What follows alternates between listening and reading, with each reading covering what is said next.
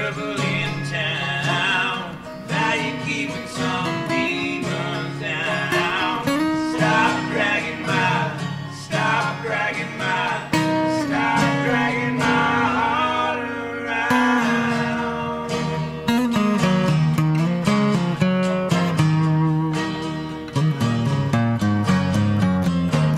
It's hard to think about what you want. What's up, guys? It's hard to think about what you lost. This doesn't have to be the big kid even. This doesn't have to be anything at all. I know you really want to tell me goodbye. I know you really want to be your own girl. Baby, you can never look me in the eye. Play buckle with the weight of the world. Stop dragging my heart around. Eve, I will do that as soon as I finish this video. That is very good news. Very good to hear. There's people running around loose in the world.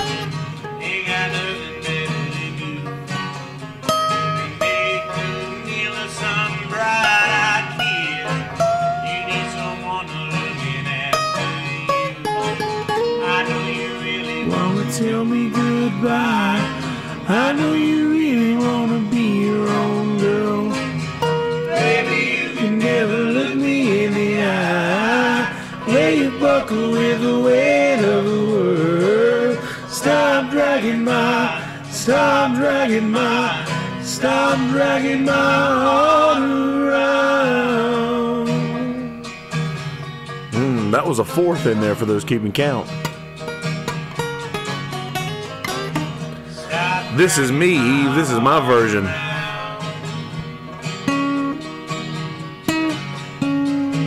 Stop dragging my heart around.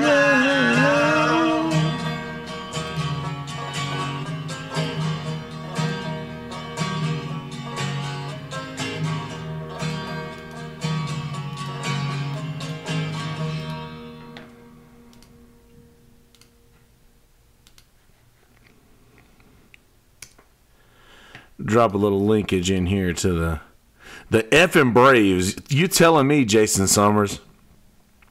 Dude, so here's the thing, Jason. Thank you, Eve. There's a little link right above you if you want to follow me on SoundCloud. Any of y'all want to follow me on SoundCloud. If you see this in now or later, be sure to check out the SoundCloud if you guys want to hear any of my recorded music. Dude, Jason, here's what I told Adam. I said, this is what we're going to do. We're going to get swept by the Phillies. We'll lose all 3 games. We'll lose all 3 games to the Phillies. And then we'll end up sweeping the Cubs when we get back home. I really think that we need to let these guys just get back home and get shit normal again. And I think that's how it'll go.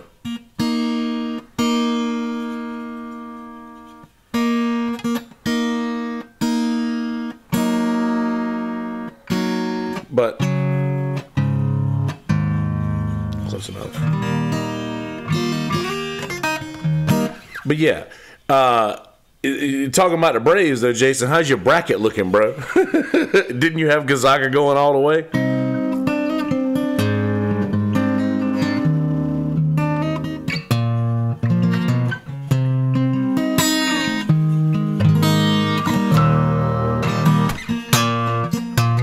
Yeah, exactly. Pitching sucks, Jason. Because here's the thing. We scored 4 runs in the opener, and we scored 4 runs in this game. 4 runs will win any other baseball game, dude. Like, we got to stop giving up 7 fucking runs a game, man. By the way, thank y'all for watching. Whoever's out there watching, please click that thumbs up button if you're in the room. Give me some of them thumbs up. Give me some of them likes. Give me a digital love, baby. Give me a digital love.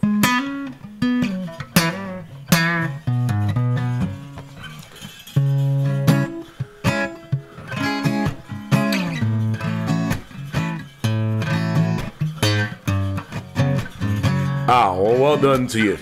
My buddy Dustin, he's got Texas in the Final Four. I don't know how, but he got Texas Tech in the Final Four. Dude, I had a perfect Elite Eight, all except I'd picked Maryland to go to the Elite Eight, so that team obviously wasn't going to be there.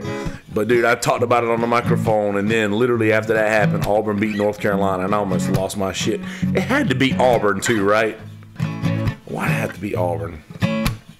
Anyway, I went live last night at the Marsh Walk, and Mike let me know in the chat and reminded me actually that the guy, Jason, by the way, for those of y'all not aware, Jason here that's in the chat was the guy that was here when the swatting went down. That thing that you shared on Facebook, Jason, the article about the guy who swatted all the people or whatever, he was like a serial swatter. He ended up getting 20 years for this shit. And Jason was like, man, thank you for answering the door, because if I hadn't have, man, that could have gone way wrong, right? That could have gone so bad. But yeah, like, that being said, the guy got 20 years for that. Which one, Adam? Let me give you a wrench, Adam Justice. Which queen?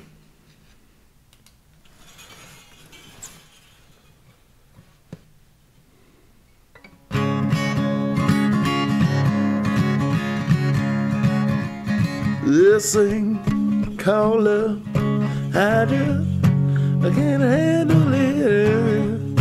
Called love, yes, I get around to it. I ain't ready. Crazy little thing called love. This thing called love, and I just get off and back. This thing called love, I just get around to it. Ready, crazy little thing called love. There goes my baby. You had me going, it drives me crazy.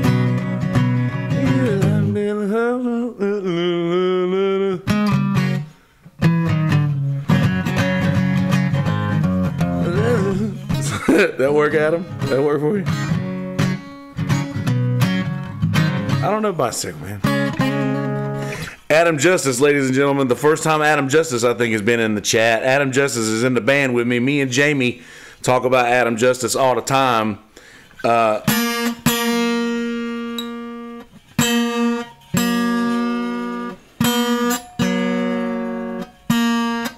was going the wrong way. Pressure pressing down on me, pressing down on you, no man asked for. Under pressure, it breaks a building down, splits a family in two, puts people on streets.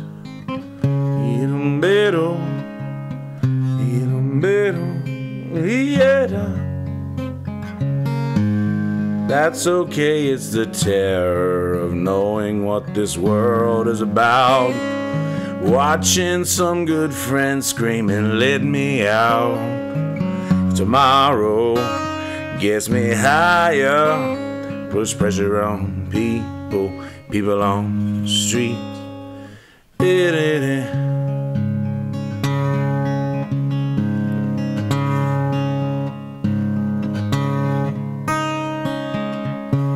Chipping around, kick my brains round the floor. These are the days that it never rains, but it pours.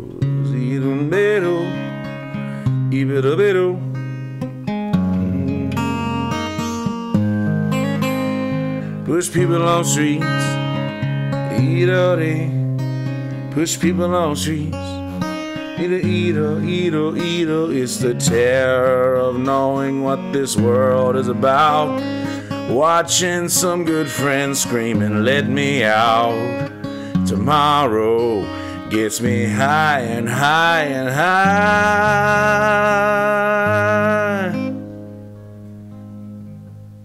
Turn away from it all like a blind man. sat on the fence, but it don't work. We keep coming up with love, but it's so slashed and torn. Why?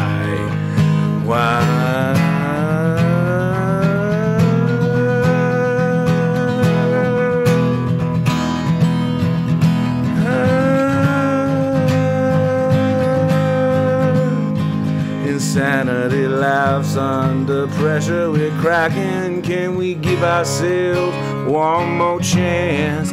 Why can't we give love that one more chance? Why can't we give love, give love, give love, give love, give love, give love, give love? 'Cause love's such an old-fashioned word, and love dares you to care for the people on the edge of the night, and love dares you to change our way of caring about ourselves. This is our last dance. This is our last dance. This is ourselves. Under pressure. Under pressure. Under pressure.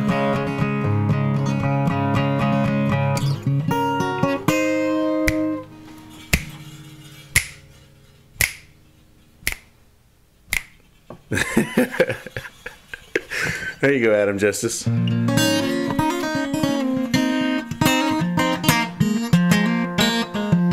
Thank you, Maggie. Appreciate it.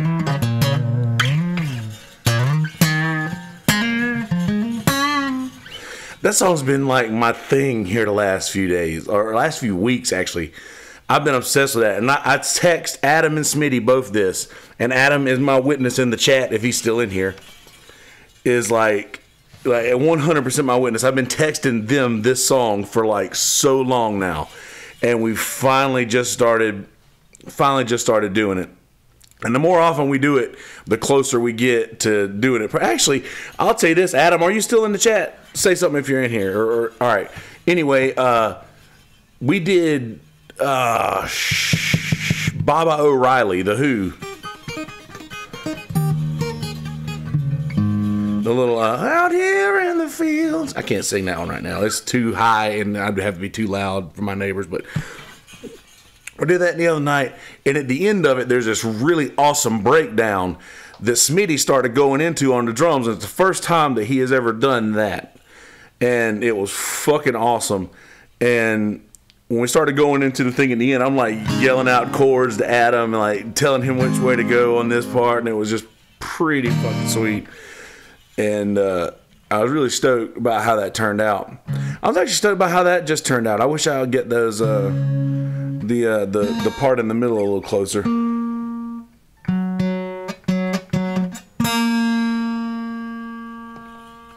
But yeah, we'll be doing a couple songs tonight. I'm off tonight. I didn't have a gig tonight, so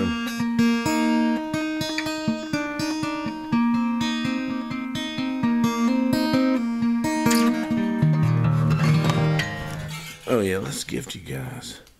Just hanging out. And I've been doing this a lot lately, and I know this. I'm probably going to be doing this over the next couple months. The people who hang out with me when there's not a lot of us in here are all going to get wrenches until we get to the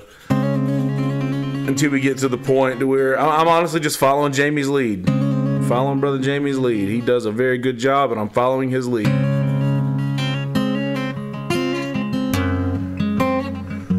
That's how it works. Under Pressure is just, it's the best morning. My morning song is a Talking Heads tune. I think let's do the Talking Heads tune. This is my morning song.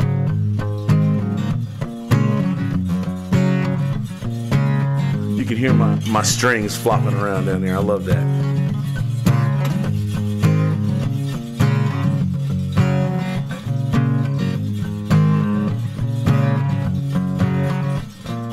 Home, it's where I want to be. Pick me up and then turn me around. I feel numb Born with a weak heart, but I guess I must be having fun. The less we say about it, the better. Get up as we all go along. Feet on the ground and head in the sky. And it's okay, I know nothing's wrong. No, nothing's wrong. Oh, we can breathe out. Oh, you got life in your eyes.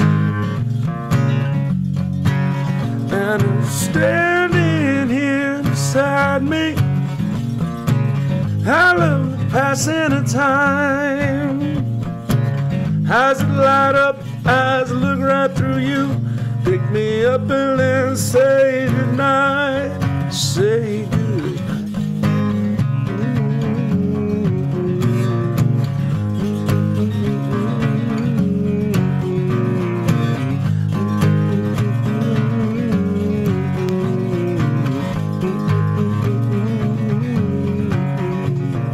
Home is where I want to be, and I guess I'm already there. I come home, she lifted up her wings, and I guess that this must be the place.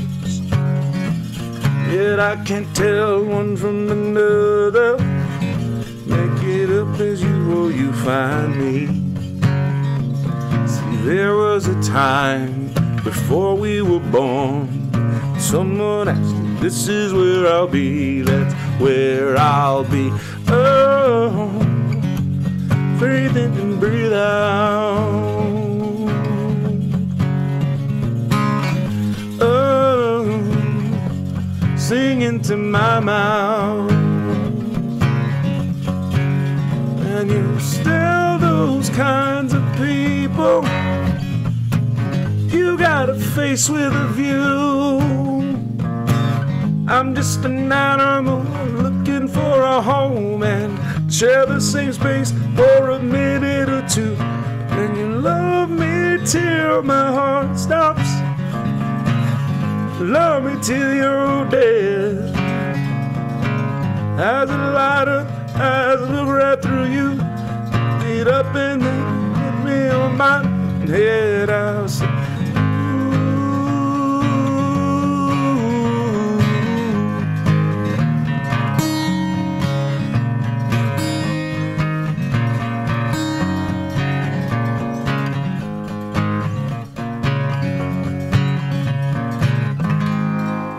that's my morning song. Little Talking Heads.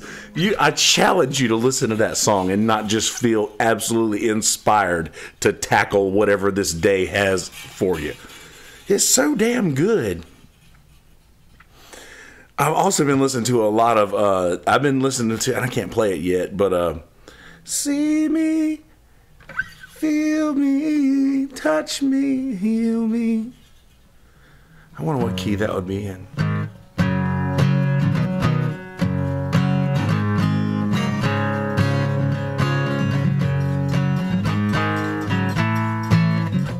Something like that. Music is the gateway to the soul. Tina's part is she was integrate, like just her on Psycho Killer doing that.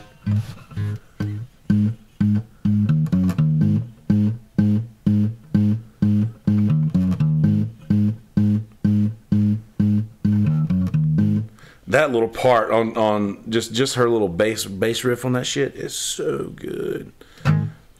I can't seem to face up to the fact. I can't sing it in that key, I don't think.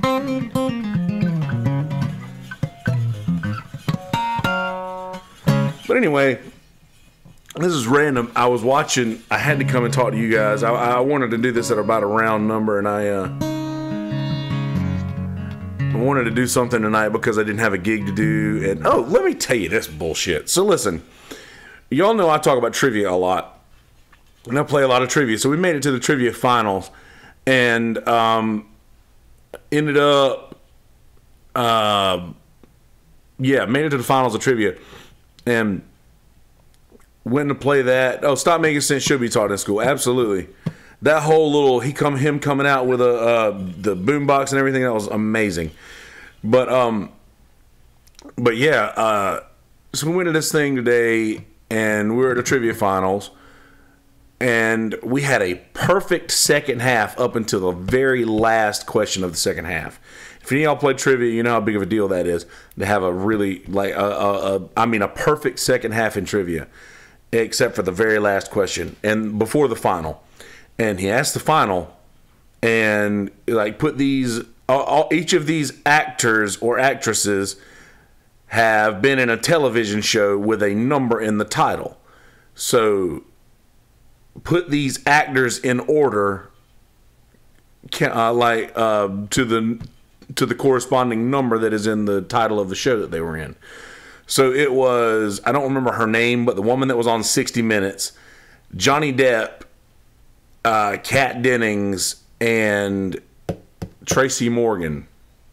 So immediately we all knew that Tracy Morgan was 30 Rock.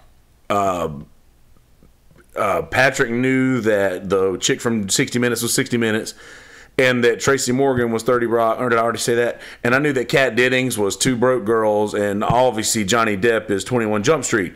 So we put fucking Kat Dennings, Two Broke Girls,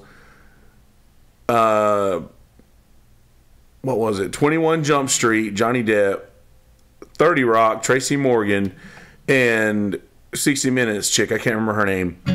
But we put that, and we turned it in with all the points because we're confident that that's correct, and we are 100%.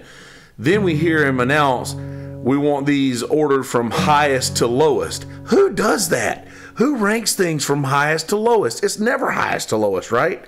It's always lowest to highest, correct? Chime in, help me out here. Is that, any of you guys ever play trivia? Or, I mean, is lowest to highest not just the normal way to number things, isn't it? I don't know. Maybe I don't know. Maybe I'm just crazy. Maybe I'm just.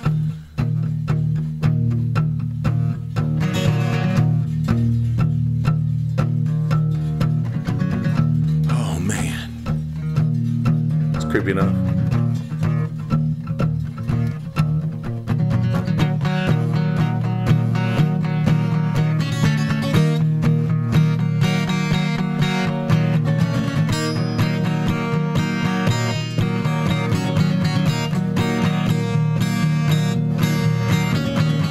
Can't seem to face up to the facts.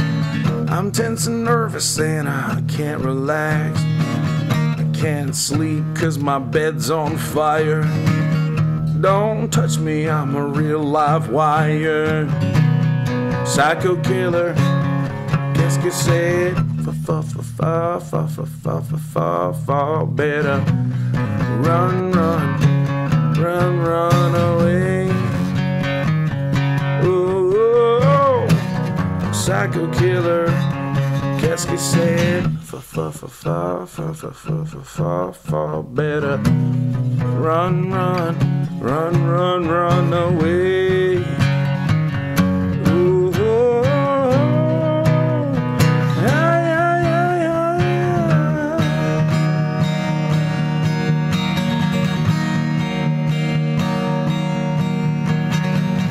I passed out hours ago. I'm sadder than you'll ever know. I close my eyes on this sunny day. Say something once, why say it again?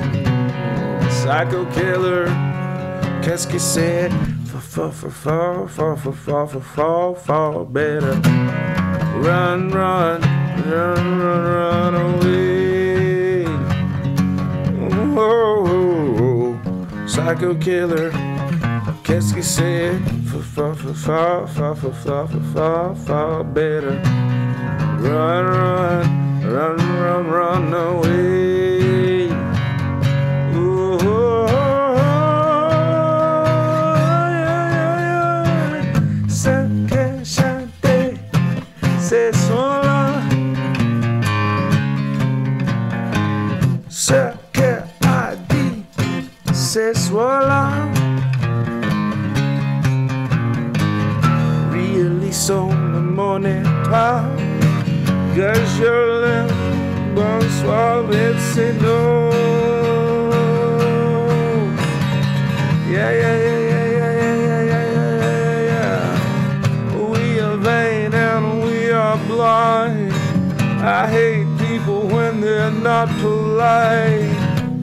Psycho killer, qu'est-ce que c'est? For better. Run, run, run, run, run away. Oh, psycho killer, qu'est-ce que c'est? For better. Run, run, run, run, run away. Oh, ay, ay,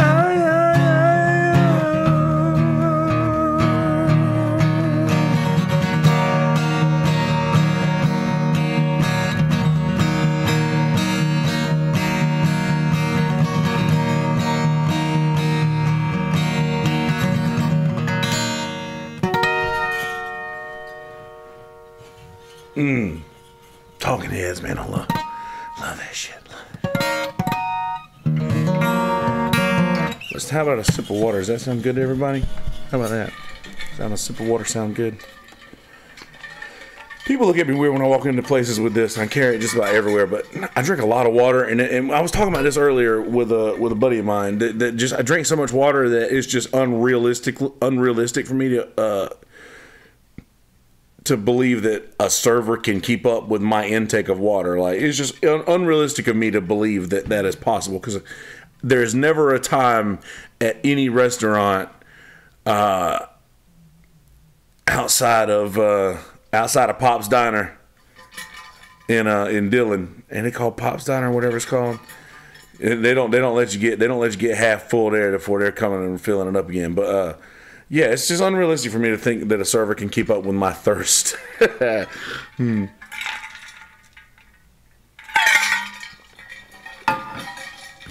I'm playing music. I don't really need to drink water until my voice starts feeling like I might need to moisten the pipes there a little bit.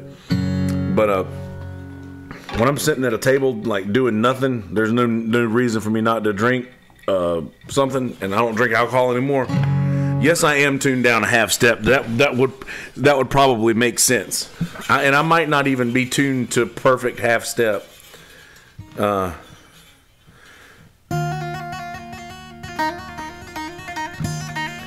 We play local a lot just because that's the most financially practical route for us to take, I guess you could say. But we haven't played all the way down in like Florida or anything like that. Honestly, Smitty made a pretty good point last year, is that we have so many people that come through Myrtle Beach that we have a really good, strong local following that'll come see pretty much a gig a week. You know, like they might not catch every gig that we play in a week because we do a lot, but they'll catch a gig a week. But other than that, the crowd down here is constantly changing. It's like a rotating door of people constantly.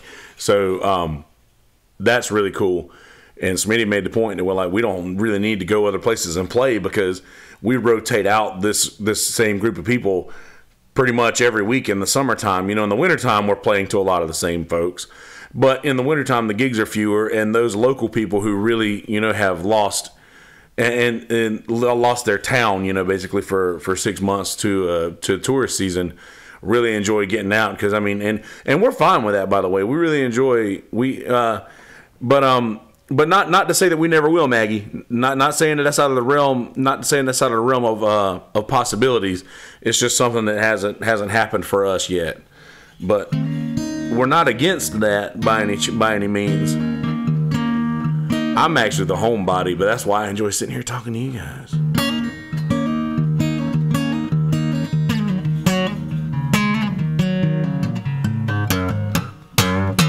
Yeah, and actually, you guys, we don't have a lot of videos posted, and that's mostly my fault because I'm just lazy as shit. But if you guys want to look on my channel under the follow my friends thing, I think Cornbread's on there, and also the fishing show that I did the music for. This kind of laying dormant now, but it's something that might be coming in the future. A fishing show that we might be doing. Well, kind of a fishing show, but you can find those channels under follow my friends, and we got a couple of videos posted. But and I'll try to go live now every now and again when we play gigs. I know that's not the same thing, but just me being the kind of person that I am that doesn't want to leave the house is kind of like hindering me from going other places. But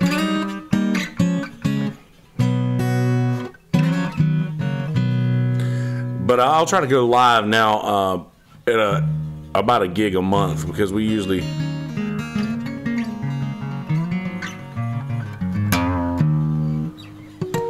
thank you, Maggie.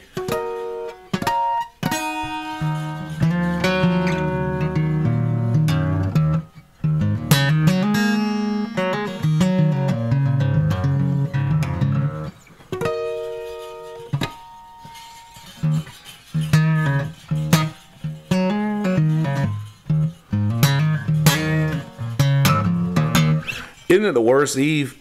And it's hard to explain to people who don't understand what that's like, to just constantly wanting to be home, to just constantly want to be. And I don't know if you are by yourself, as I am, but I just really just constantly want to be by myself. And like, I'll have really good friends that I want to hang out with for a couple of hours. You know, my trivia crew, or my buddy Marshall, I'll go get some food with every now and again. Like, I can hang out with those people, but I can just tell when I get to that point. And yeah, it's not the most fun, is it, Maggie? But it's just when you get to the point where it's like, I realize I enjoyed being out and hanging out with my friends and being with these people, but now I kind of really just need to go home. Now, the rare occasion that I am out, like after a gig or something, I'll get a wild hair and I'll think, you know what, I'm going to walk next door to this place and see this person, or stop by here on the way home. And that'll be a really random occurrence, because I'm such a homebody. I'm so anxious outside of my house. I just instant anxiety. The second that it's like being at home charges a battery, and the minute that battery dies, it's in the air. Like there's a hand on the switch, and it could be flipped at any time. And it just, after a certain point of the evening, or a certain point from me not being at home, that switch is going to be flipped one way or the other. And it's not fair to those around me who could just deal with me snapping on them real quick over nothing, just because I'm not comfortable and I really have a hard time voicing that. And especially around my friends who are ball busters. And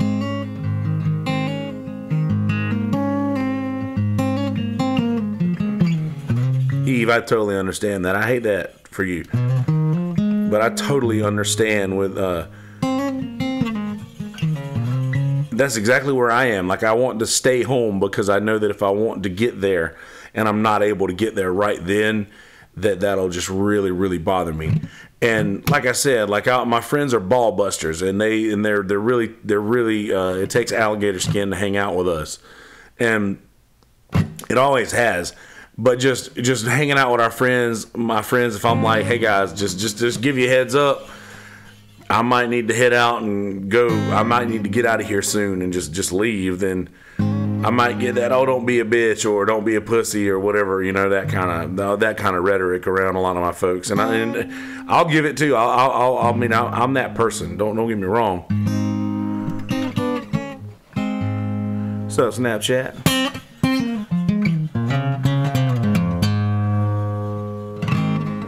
Alligators are tasty. Tastes like chicken.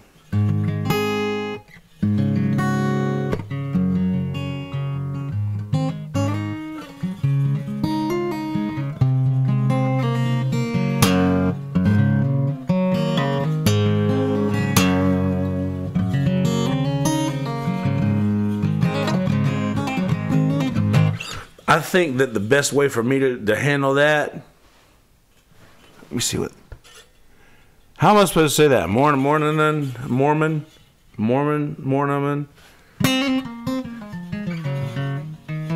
Other than that, I'm just gonna start calling you them. Chicken with a steak consistency, absolutely. But yeah. I'm very good at the Irish farewell. So, like, because I know a lot of people, and when I go to leave somewhere, it's just easier for me. Like if I play a gig where I don't know a lot of people, it's easy for me to just sneak out the door because, you know, there's nobody there that's going to be like, oh, you know, Kelsey just left and didn't say anything. You know, he left and he never said bye. Because that's a thing down here. So I'm really good at the Irish farewell.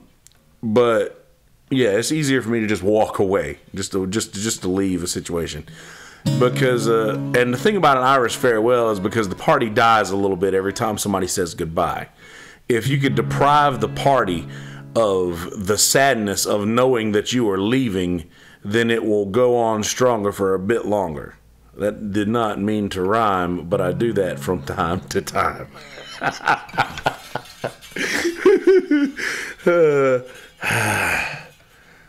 I gotta stop smoking so much. One fish, two fish, red fish, whose fish?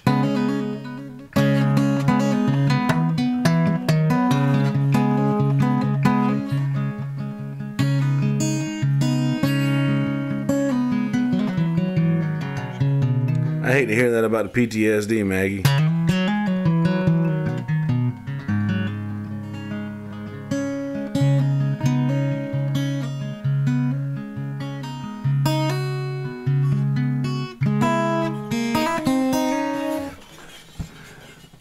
The morn non.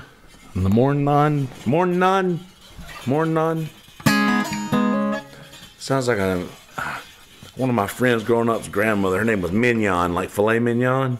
Her name was Mignon.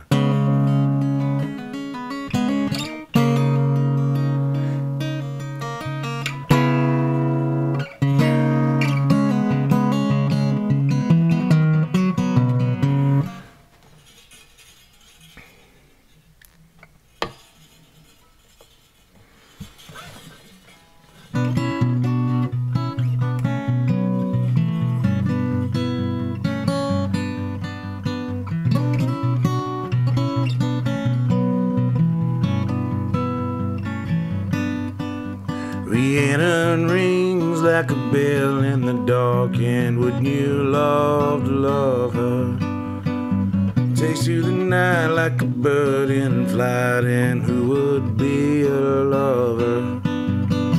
Oh, your life, never seen a woman taken by the wind. Will you stay if she promised you heaven? Will you ever win? She moves around like a cat in the dark, and she is a darkness. Takes through the night like a fine skylark, just when the sky is starless.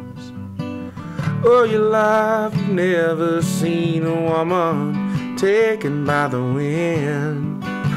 Would you stay if she promised you heaven? Will you ever win?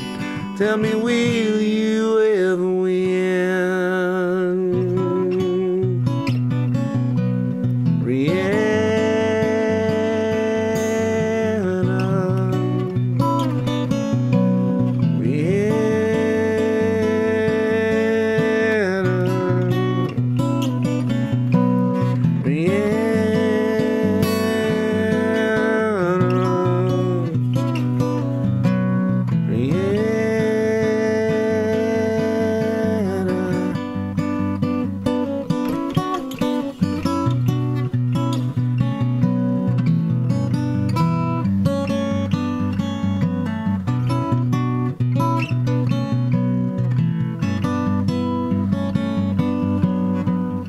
Rihanna rings like a bell in the night, and she is a darkness. Moves through the night like a bird in flight, just when the sky is starless. All your life you've never seen a woman taken by the wind. Will you stay if she promised you heaven? Will you ever win? Tell me, will you ever win? Rihanna,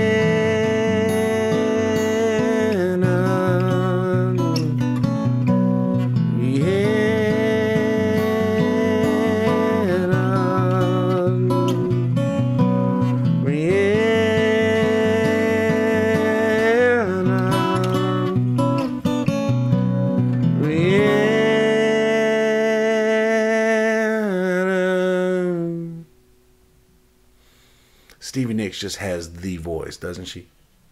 God, it's so good. Just the way that she... Oh, you know, it sounds like a horn to get your attention, right? Like if you were to take the words and basically the inflection and just put those tones... that sounds like it's something that, like a hymn almost, or like a what do you call those things? Like a Mongolian chant, like a.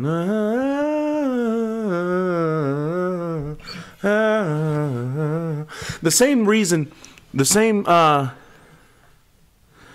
hear you, Scotty. I don't know how you. I don't know how you hadn't gotten a wrench yet. You've been in for a while. A truth wave is coming. Let's hope so, buddy. Let's hope so. I don't care.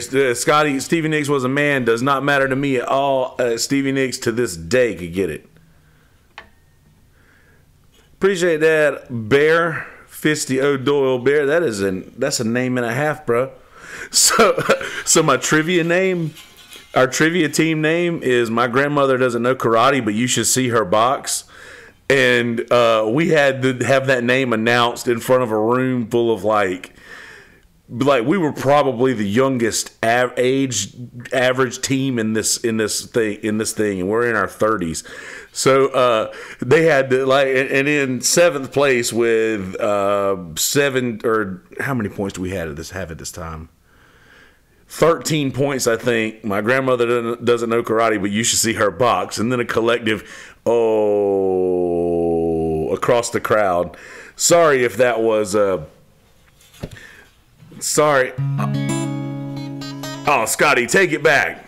Take it back. Gosh, she was so hot, man. Stevie Nicks was gorgeous. And I'll tell you what, there's a song that I want to write, by the way. I want to write a song about girls who dance like Stevie Nicks, because that's just the cat's pajamas there. By the way, what's so special about the cat's pajamas, or whatever the fuck you want to say? What's so special about that?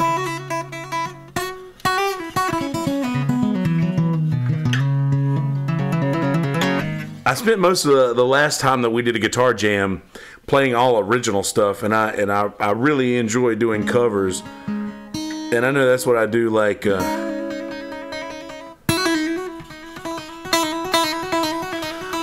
I know that it's probably better to just play originals and try to further my own music and stuff, but I do love playing covers, and I play covers all the time in my band. So I feel like I have a lot of practice playing other people's music. That's right, Scotty. Get him, tell him. She was, man, gotcha.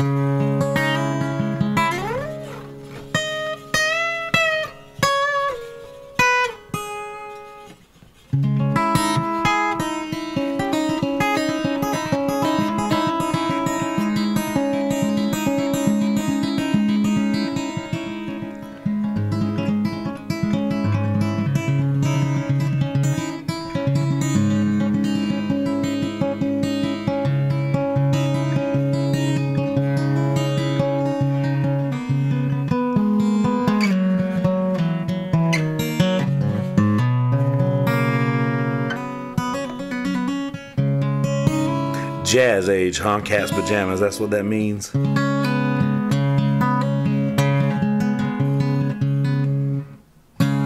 Loving you isn't the right thing to do. Checking up, blowing this way for me. If I could, darling, I'd give you my world. How can I know you won't take it from me? You can go your own way, go your own way. Call it my love, a lonely day.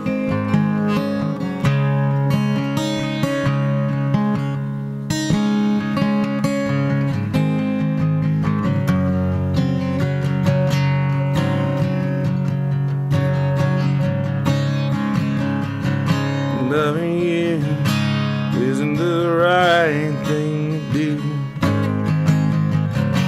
Check it out, know it this way I feel. If I could, darling, I'd give you my world. How can I, if you won't take it from me? You can go your own way, go your own way. If you call it my love, a lonely day, another lonely day. You can go your own way, go your own way. You call it my love, a lonely day, a lonely day. Go your own way, go your own way. You can call it my love, a lonely day. You can go your own way, go your own way. The truth, Scotty, I have turned down more than most people get offered in a lifetime. I can't get there. See, that's the one thing that makes me weird. I can't get there unless I feel something, man. I'm just not. You call me whatever you want to call me, man. I just can't do that with just any fucking body that throws it around, dude. I'm not that guy. I cannot fucking do that. I have a little bit more respect for my fucking self, and I am a product of a situation that was like probably a one-night deal, and I'm the product of one of those, and I've gotten a lifetime of just darkness and depression in my brain. I don't want to potentially set anybody else up with that situation at all. I'd rather care about whoever I fuck around with and actually give a shit. That sounds more attractive to me, you know. I can really get off on that, no pun intended.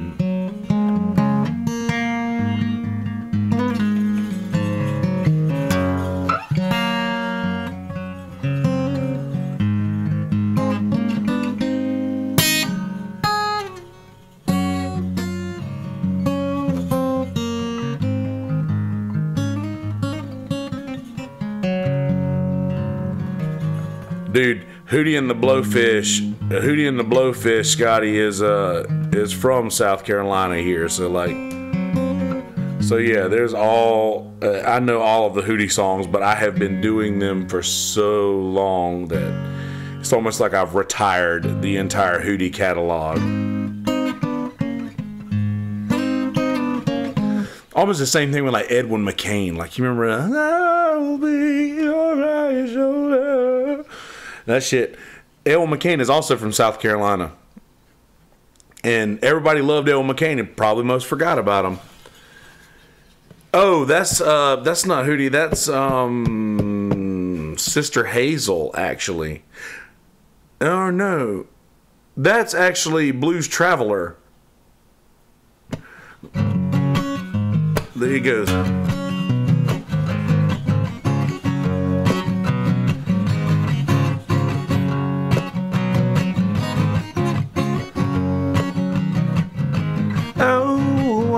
upon a midnight theory. I walked with something in my head. I couldn't escape the memory of the phone, no matter what you said.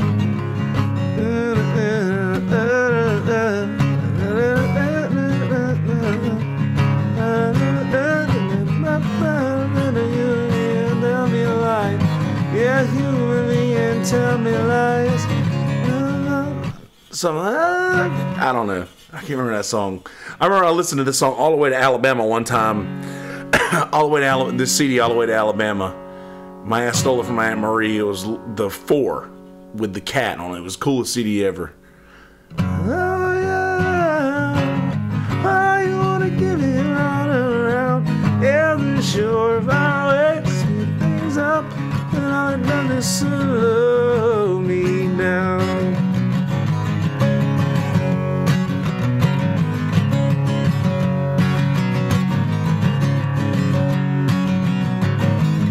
I like coffee and I love tea. The people do it to the final 3. Still got this feeling you just can't shake. But it's the point it take it longer to make something else. Okay, so be that way. But it's precious time to stay by you. Why you wanna give me a run around? There's a short far way to speed things up, but all it does is slow me down.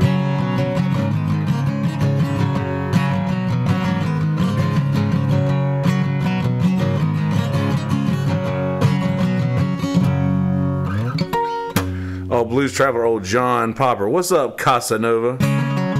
Casanova. I got the lyrics close enough. Close enough for jazz. Close enough for government work, as they say in the South. I made another sound clip. Check it out. Stop me, beautiful. Casanova is what made me think about it, because Casanova just call me Nova. Casanova.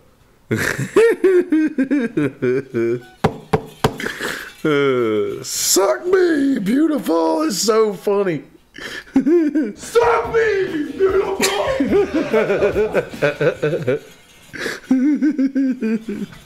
Why is that so good? Yeah, Casa, good to have you in here. I don't live near Jamie. Jamie lives a couple of towns that way. But yeah, Jamie's played music with the guy that I'm in a band with, so I've known of Jamie for a very long time, and we'd met before in passing, but until we started talking to each other about him getting on the podcast, and we had talked about him getting on the podcast like a few months before it actually happened, so we were definitely communicating back and forth a pretty good bit leading up to the podcast. And then I feel like I got a little ill the other day, and wrongfully ill about a situation that I shouldn't have gotten ill about.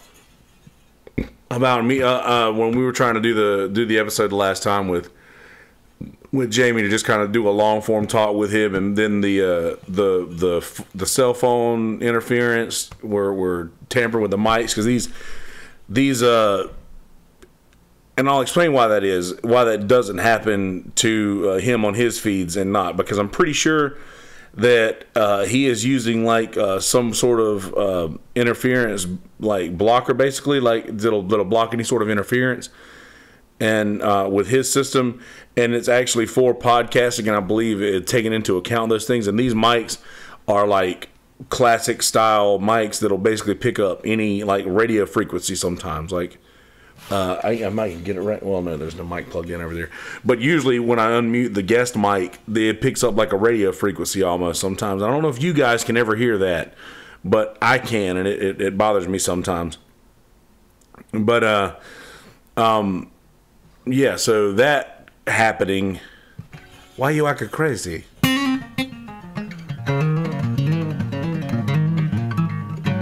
But yeah, anyway, having the interference on the mic, and plus Noah Byrne, who came in halfway through and kind of, I know that Noah does a lot of research on things like involving like Pizzagate and stuff like that, and he's very into that, and he was very into that stuff. And when the Vegas shootings and all that stuff went down, I was actually on board with that conspiracy, because I had just been reading into conspiracy theories and all this crazy, and I say these crazy, all of these like literally crazy ideas, not things that like can be proven, or things that like give you a reason to look into them, like 9/11, which actually gives you a reason to look into them, and plus this Vegas shooting does kind of give you a reason to look into it by just sort of how it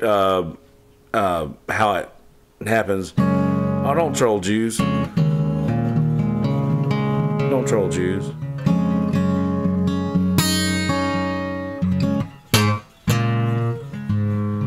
But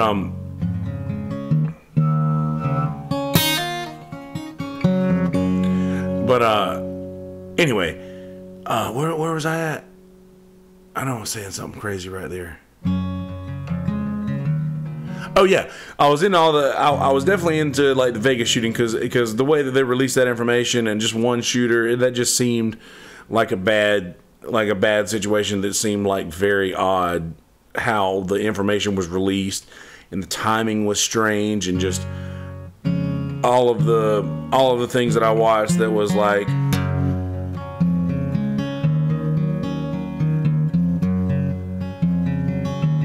Just the satanic ones.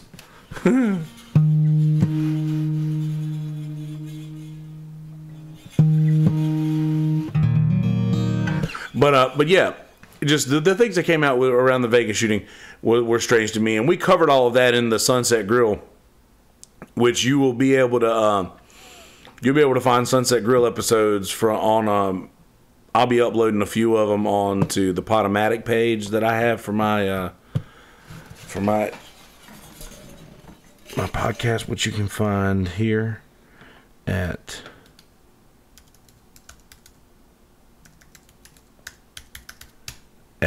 mistuffpodcast.com, and you can find some of the Sunset Grill episodes there, and we covered the Vegas shooting in depth. But anyway, Noah is very much into conspiracy theories, and he is a conspiracy theorist. And the first introduction to podcasts I ever was given was episode 911 of Joe Rogan's podcast with Alex Jones and Eddie Bravo. So if you can imagine Alex Jones and Eddie Bravo on a podcast with Joe Rogan being my first one ever, was like crash course into podcasting. And Noah sent me that, so he's very much into the Illuminati, Denver airport, all kinds of things like this. And whenever Noah showed up, he was just like spouting all of this information out all at once, and it was sort of like me and Jamie were kind of like, okay, well, what do we do?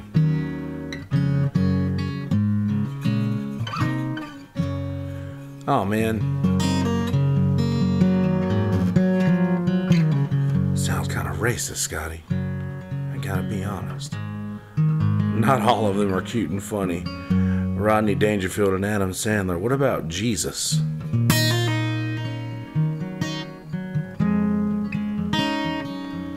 My Savior was Jewish. But seriously though,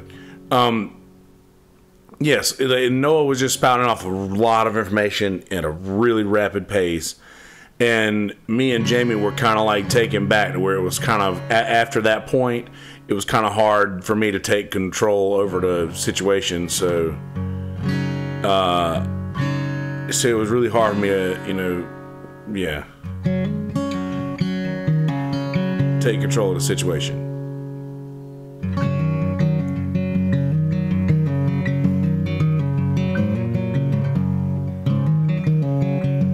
No, you are not. Negative, Scotty.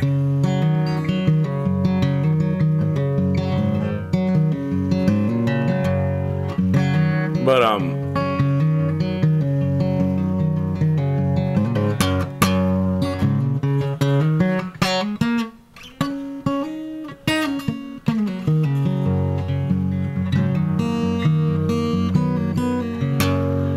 Hail Satan. Does that work? Did that get you? Is that what I gotta do? You are no Jesus.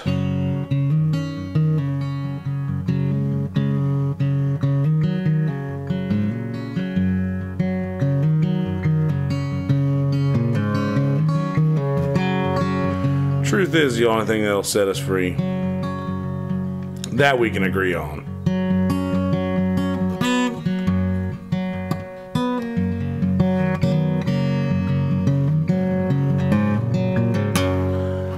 Truth is the only thing that'll set us free. The only thing is that people are too uncomfortable with truth.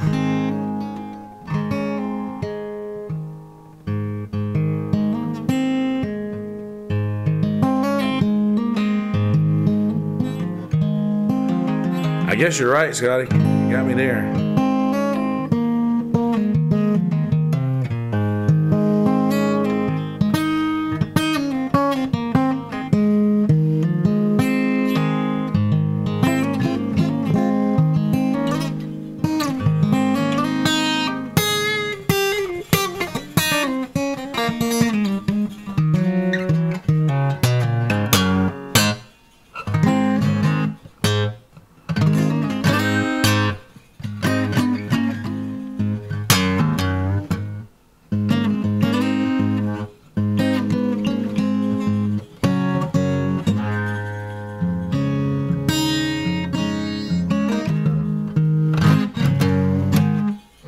I don't know what that means. Reverse climate shift.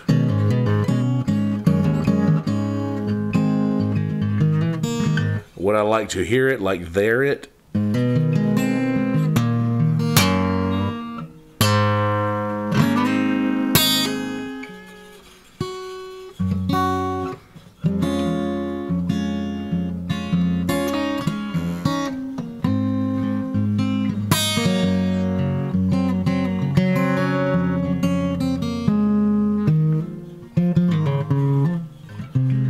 That sounds like a cool trick. All I can do is curse people, cast spells, and make people change lanes. Weird shit like that. I can make somebody move out of my way when I'm driving. Not like the Hulk or anything like that. I'm just fucking with you, Scotty.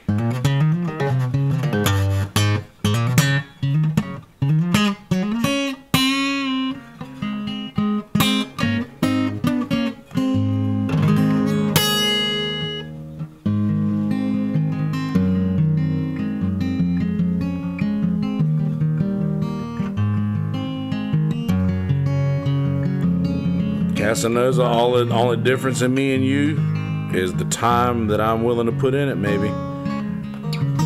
There was a time when this thing never left my hand. If you do the same thing, it takes no time to get in here. What's up, Kimmy? How's it going?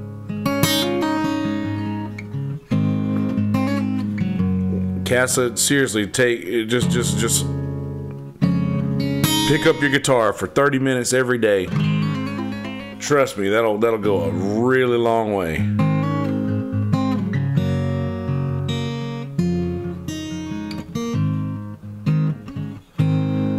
People are always comparing themselves to each other and things of the sort, like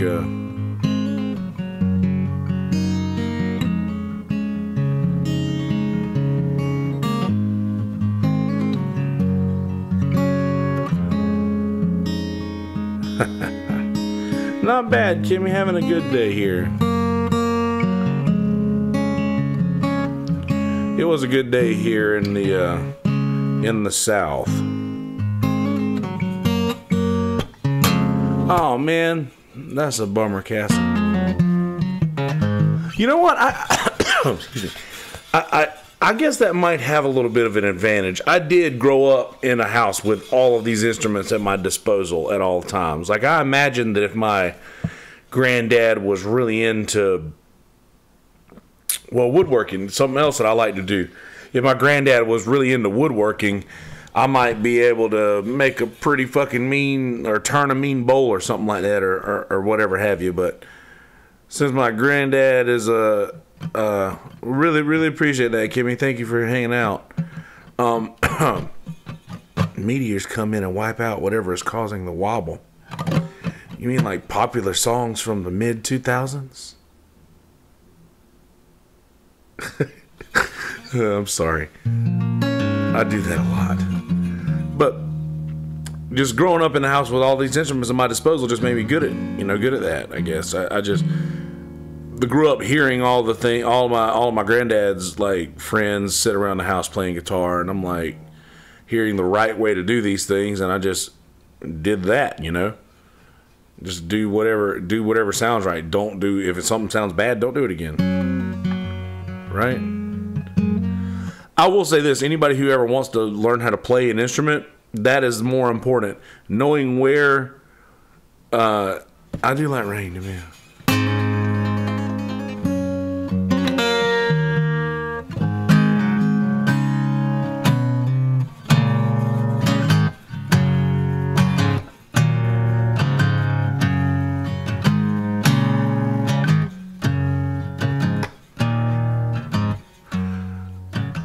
I get ADD and I forget what I'm talking about a lot.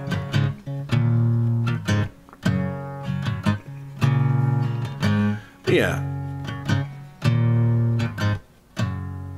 Anybody who ever wants to learn how to play music, definitely all it takes is, or it's more important to know what not to do than it is to know what to do. Like, for instance, where not to put your fingers. If like you learn where not to, like in this chord, I can go.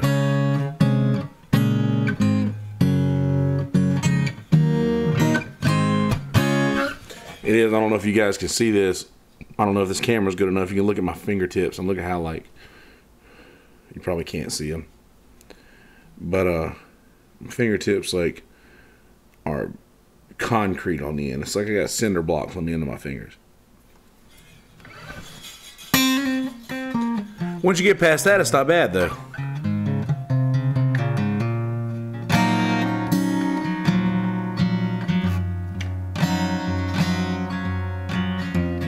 What in the world is on ESPN right now? It was UFC, because baseball wasn't on anymore, and the Braves lost it again today.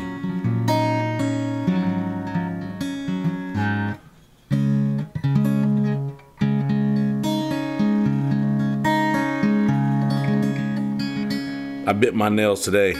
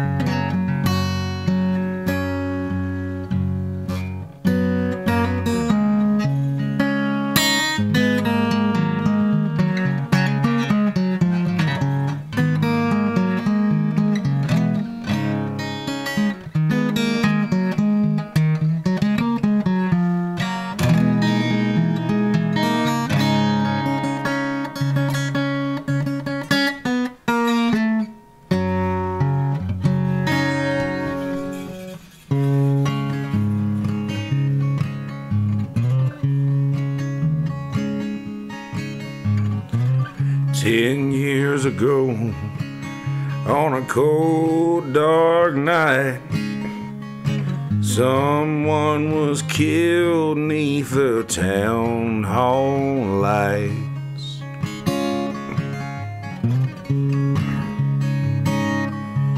There were few at the scene, but they all agreed that the slayer who ran looked a lot like me.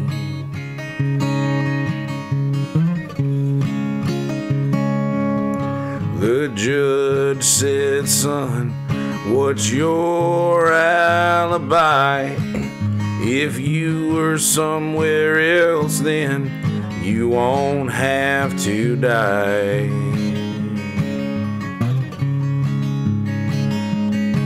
So I spoke not a word, though it meant my life, 'cause I laid in the arms of my best friend's wife. She walks these hills in a long black veil.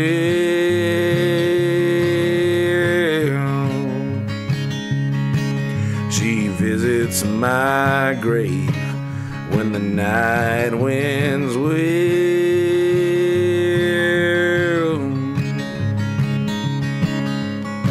Nobody knows, honey, nobody sees. Nobody knows but me.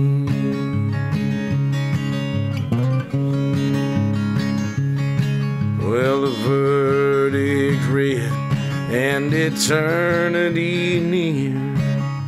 She sat in the crowd and shed not one tear.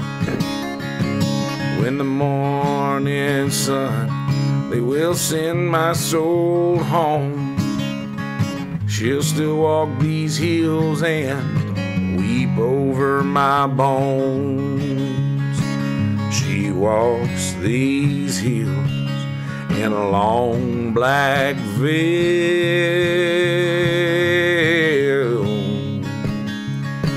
She visits my grave when the night winds wail.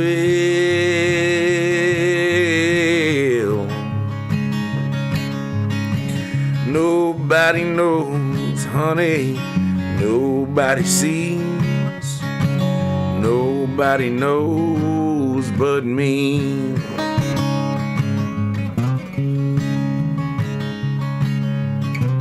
Nobody knows, honey, nobody sees. Nobody knows but me.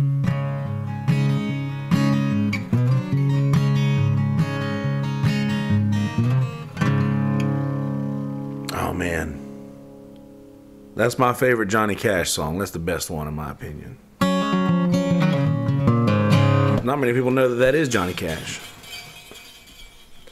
But you said that, and that's the song I'll always pick if I have a choice, and I think I had a choice. I appreciate the kind words, Scotty.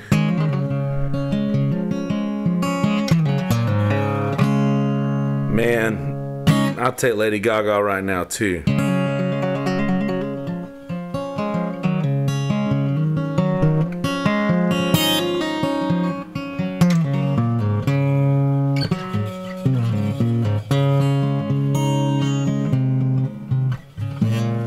Let's see what the Washington Post wants to tell me right now.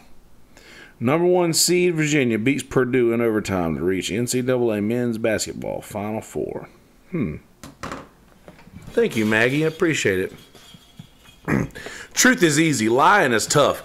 If you tell a lie, you have to continue to tell lies. If you tell the truth, you don't have to remember anything. Ooh, I just saw the previews to a horror movie, and I'm going to watch a scary movie after I get done with this. Actually, I'm going to check out Eve's channel. She was doing some poetry. I do remember that. I'm going to do that when I'm done. But it takes something that quick to get me to want to watch a scary movie. Just seeing a preview for another one. I love scary movies. They are my favorite. You know what I was watching before I started doing this stream? I started saying this a while ago and got cut off on my own. I cut myself off, basically, not you guys. But I lost my train of thought. I was watching Gummo. Have you guys seen Gummo? I know somebody has to have seen Gummo that's in this chat. There's 6 of us in here right now. Out of the sort of people I believe I may be talking to, you be at least familiar with the movie. If you're not familiar with the movie, spoiler alert, It is the creepiest shit that I believe I have ever seen in my life. And the first time I watched it, I was fucked up on 2CI. 2CI was this thing that it was this white powder that looked a lot like Coke, but and if you tried to snort it, it would just like feel like you had snorted a chemical and like the inside of your face was on fire. But it's actually, what's up, Abby? How's it going? It's actually probably best that you guys don't know what gummo is.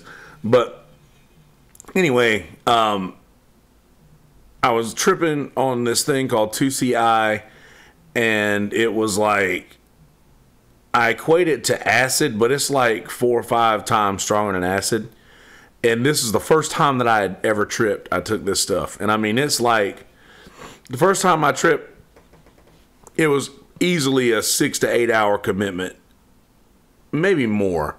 The good old days. That's right. Like, none of that shit no more. I mean, between me and this bird that lives outside, I got a couple hits of acid squared away somewhere that for a rainy day. But acid's the kind of thing that you have to, or any kind of psychedelic really, is the kind of thing that you have to be like on top of everything in your life before you can do it. You know, for me personally, like I have to have all my shit together. I have to be on top of every aspect of my life to do anything crazy like that. Like if I'm not up on my money, or if like I got shit to do, I need like a couple days off in a row, and plus be up on my money. And unfortunately, 2 days off in a row doesn't really come around too much. Doesn't really come around too much in the, you know, in the summertime when you're up on your money. So having the time to do this, the proper time, because you need at least a day to recover. Like, ideal is to get done with a gig, come home, take a hit, and have a good night, sleep it off for the next day. Oh, no, that's staying with me, Casa. That's staying with me.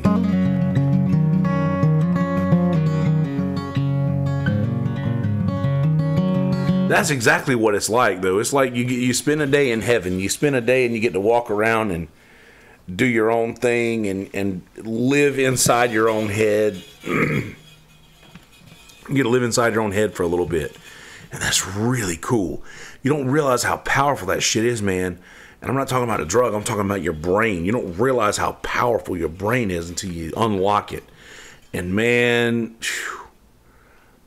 just getting to that point to where you're like, I am in absolute control of my destiny. I'm in absolute control of my being. I'm in absolute control of everything that happens in this plane that I'm a part of. Man, there's nothing like that. There is nothing like that feeling. And I imagine that's like where people who do like who do pain pills and like needles and shit like that, who are like, it just erases all the bad feelings, you know, like those are the kind of things that you do when you have bad feelings, and it erases them.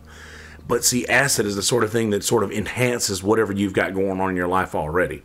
And it does feel like a mental bath, like it just washes your brain of all of the iniquities that you might have. But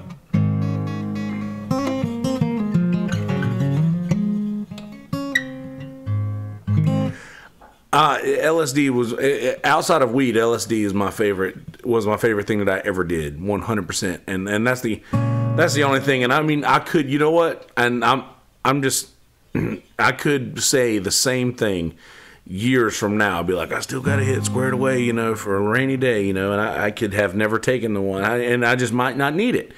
But I really do believe that, the microdosing, like just taking little tiny hits just to oh man, when you peak on acid, is the best thing ever. And I'll tell you the way that I used to do it. I'll tell y'all a crazy story. You want to hear a story about drugs? I was at this thing called the Echo Project, and the Echo Project was in Atlanta. You guys can Google the Echo Project, ECHO. And it was in Atlanta. They only had one. It was at Bucarret Farms, and or however you say it. I don't know how to say it, but me and a few friends of mine went, And the night that we got there, well, a Thursday night, we scored a mescaline cap from somebody. Somebody had some mescaline caps. And for those of you not familiar with mescaline caps, that is a motherfucking commitment. And me and another one of my buddies took a mescaline cap the first night, along with a couple of pills of some 2CI or 2CE, I can't remember, one of the two, and went to the motherfucking moon while Dub Conscious was doing the pregame tent jam. People are mean. It's not the same these days. But these stories are just unbelievable when you tell them to people. And this was my 21st birthday. My mom bought me tickets to this festival for my birthday. And a few of my friends ended up going and doing this thing, dude. And it was the craziest weekend of my life. Like I said, Thursday we dropped a mescaline cap.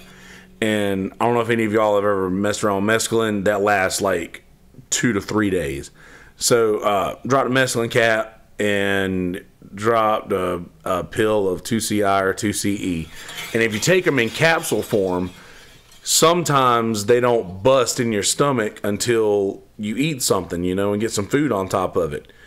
And the pill will just sit there, and then all of a sudden, I don't know if you guys have ever eaten edibles and felt the difference between edibles and smoking weed. The difference between edibles and smoking weed is so different, correct? That is like the difference in drinking this solution in like a little bit of water, or taking it in capsule form just really like prolongs the trip. So we did that, and those trips they were probably like a 35 milligram dose. And this trip lasted for probably, I don't know, at least 12 hours. At least 12 hours. And this was just on Thursday when the only band there was Dub Conscious at a fucking tent, DJing and doing crazy shit. The next night, Friday night, was the Killers. The Killers were Friday night's closer, and they were coming out of my cage, and I'll be doing just fine. Gotta be down, 'cause I want it all. Started out with a kiss, how did it end up like this? It was only a kiss, it was only a kiss. Now I'm falling asleep while she's calling a cab, while he's having a smoke and she's taking a drag. Though my stomach is bad or something is sick, but it's all in my head, 'cause she's touching his chest.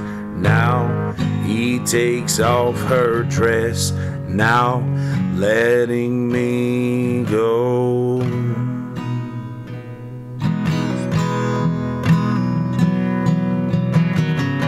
I just can't look, it's killing me and taking control. Jealousy turning sinks into the sea, yearning lovesick lullabies, choking on your alibis. But it's just the price I pay. Destiny is calling me. Open up my eager eyes. I'm Mr. Brightside.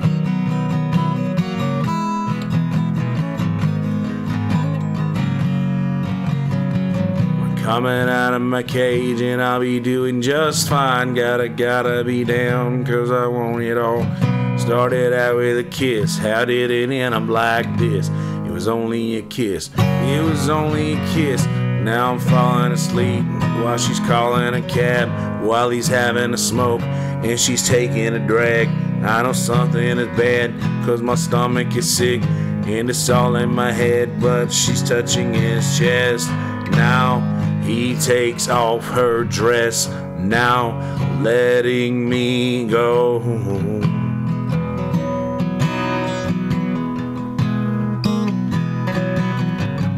I just can't look, It's killing me and taking control. Jealousy turning snakes into the sea, yearning lovesick lullabies, choking on your alibis. But it's just the price I pay. Destiny is calling me. Open up my eager eyes. I'm Mr. Brightside. I heard this song playing as I was laying in my tent on day 2 of a mescaline ride. And the first night, all we were trying to do is find some decent weed. And we ended up finding some decent weed that night, and I'm pretty sure that's all we did. Because that mescaline game was strong, man. I'm here to tell you. I'm sorry this song hurt you. My apologies.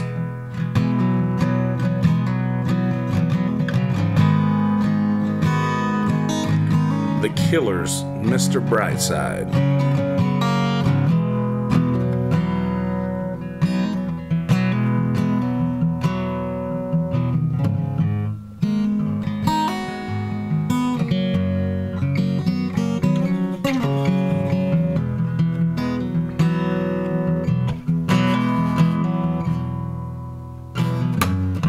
So the next night,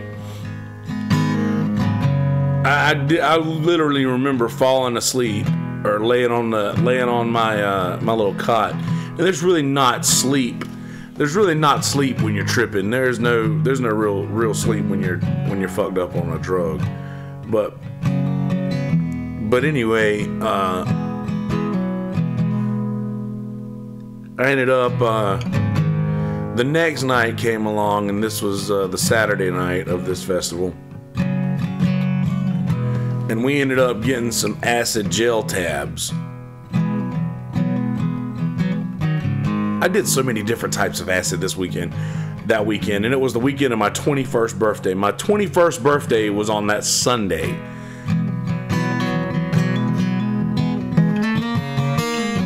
Yeah, my 21st birthday was on that Sunday, so I was going to do it up nice that Saturday night. And it was going to peak Sunday to Phil and Friends. I'm a huge Deadhead, and it was going to be Phil and Friends with like Warren Haynes and a bunch of other people, a bunch of other jams on Sunday with Phil Lesh from Grateful Dead.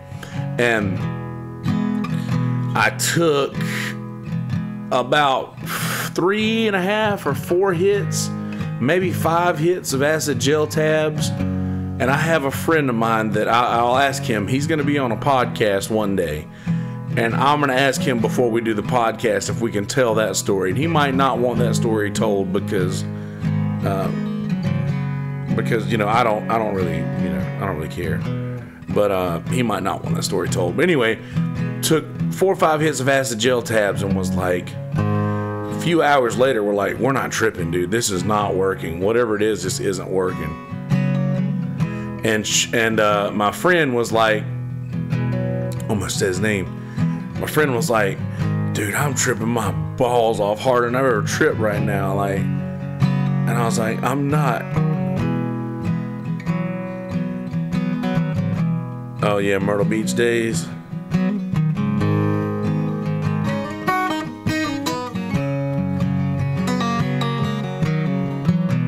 Warren's awesome.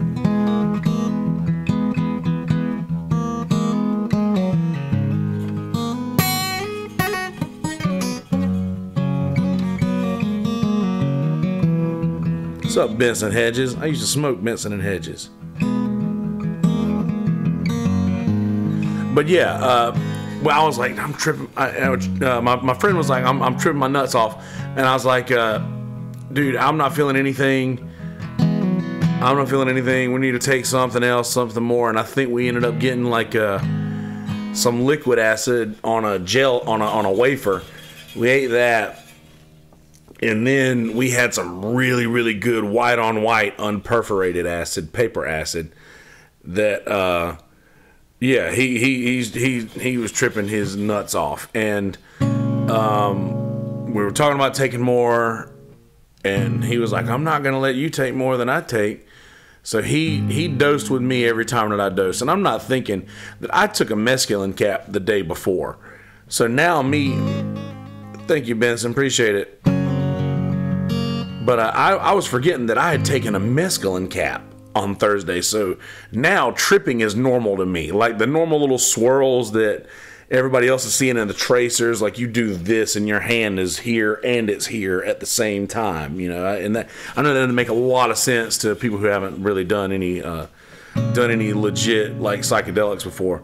But you literally, like, you do this and your hand, when your hand is over here, it's still here, you know, like you just see your entire hand move and just see the rainbow of your hand. It's pretty crazy. That's what happens to me anyway. It could be different for everybody. But anyway, all those things were normal to me now. You know, after day 3 on this shit, Thursday, Friday. So yeah, technically day 2 on this shit, counting Thursday night. But yeah, dude, just let's take a little more. We took a liquid acid on a wafer, and then later on we took some more, like about 4 or 5. Yeah, absolutely, 4 or 5 frame by frame, everything, and you can make anything how you want it. You can crumble up everything that your eyes see, like a piece of, like for instance, everything you look at is a piece of paper. You can make it look like it was crumbled up and then like tried to be smoothed back out, and you can see all the little ridges and everything. Or you smooth everything out like a Zoloft commercial almost, and make everything like just rounded and shit. It's crazy the tricks that you can do with your brain whenever you're under psychedelics. And like one time I walked outside, side note by the way from the story, I'll get back to the story, but I walked outside one time after I had taken a shitload of 2CE, and we had this little ravine kind of that ran behind our house. And I was standing on a ledge and looked down and was realizing that it was a perfect reflection of the sky. Like I was just looking at a perfect reflection of the stars. So for a minute, I had forgotten that I was looking down and not up, you know? So I was like, I was stuck in that situation where I was like, shit, yeah, absolutely. They do. They breathe and they move and they live just like we do. And you're very in tune with that when you're on psychedelics. So I was looking down, realizing that I was looking down. I was like, oh shit. So I looked up, and immediately every star in the sky would send a beam of light into its reflection in the water. So then I was seeing in front of me just literally star. Like it was all like lines of stars. And they were connecting with their reflection in the water. Everything was like this star in the sky would send a beam of light that would connect to the star in the water, and I could see the light in front of me visibly. And in that there were like carousels, and I started to in my head hear like carnival music and stuff, and I was like, this is really creeping me out. So I turned around and I walked from down the side of the house back to the front yard, and when I came around the corner, the bushes at my neighbor's house all jumped back into place, but they didn't jump back in fast enough because I came around the corner of the house too fast. And I came around the corner of the house too fast, and they couldn't get back into position quick enough. So I saw all the bushes jump back into place in front of my neighbor's house. And then, true story, I walked inside, I walked into the house, and shit. Sorry, I skipped a part of this story, and I'm getting back to the festival story in a second. But this is too good not to tell. So as I was outside, after the bushes jumped back into place at my neighbor's house, I looked up at the lamppost, and instead of the lamppost having a bulb on top of it, it was this tiny little leprechaun holding the bulb, the light, on a rope. And the leprechaun and the rope and the light were all the same color. This was all the same color. And it was literally a leprechaun glowing like the light, holding a rope that was glowing like the light with the actual light on the end, slinging it around his head. And I'm literally staring at this leprechaun sitting on top of this lamppost, slinging this light rope around his head. And I'm like, okay, this is a little creepy. I look at my car that's parked in the road, and all of a sudden I see my car drive away and go to the store and come back and like just like take a breath. My car like breathing, take a breath because it's tired. All in an instant. All of this happened. Me walking around the corner of the house, seeing the bushes, seeing the leprechaun, and then seeing my car do that. This was all a matter of probably 10 to 15 seconds. But this is crazy. Who all seen the leprechaun say, yeah, tell him, Wes. Let me give my brother Wes Stanish a wrench. We're going to wrench him out. I want the gold. Give me the gold. Where the gold at? Tell him Wes Stanish. But anyway, this was all 10 or 15 seconds. So I walk back in the house, and I walk ever so quietly. I shut the door, walk ever so quietly over to the couch, and I sit down next to my brother Kerry. And I can say his name because we've told this story before, and he doesn't mind his name being said, I'm sure. But I sit down next to Kerry, and I say, you want to see something crazy? And I turn and I look at the front door of the house, and he turns and looks at the front door of the house. Now, mind you, when I walked into the house, there was like psychedelic music, trippy music playing with like screensaver shit, like psychedelic shit on the TV screen, on the big screen. So loud to where nobody could have heard me say, watch this, or watch what I can do, or something crazy like that. I said, like, watch this. Look at the door. Carrie looks at the door, and in my mind, I see that leprechaun that was outside open the door, walk in, and start walking towards us. Now, somebody who was sitting literally 20 feet away from us could not have possibly heard what I said, turned and watched this thing walk across the floor. He watched this leprechaun walk all the way up, and we had our laptop playing music, and it was open just a little bit, maybe like 15 or 20 degrees, like just enough for a little bit of light to come out. And I saw this leprechaun walk up to this laptop, and I saw this laptop start dancing. And this leprechaun walked up, and it danced with this fucking laptop for a hot minute. And this leprechaun danced with this laptop for a fucking long time in our minds. And it was probably only like 10 or 15 seconds, like I said, the whole front yard thing was. But then it got up and walked back out the house. This guy who was sitting literally 20 feet away from us, no way he could have heard us, watch this thing walk in, dance, and then out the house. And then Carrie looked at me terrified, and I said, I made him see that.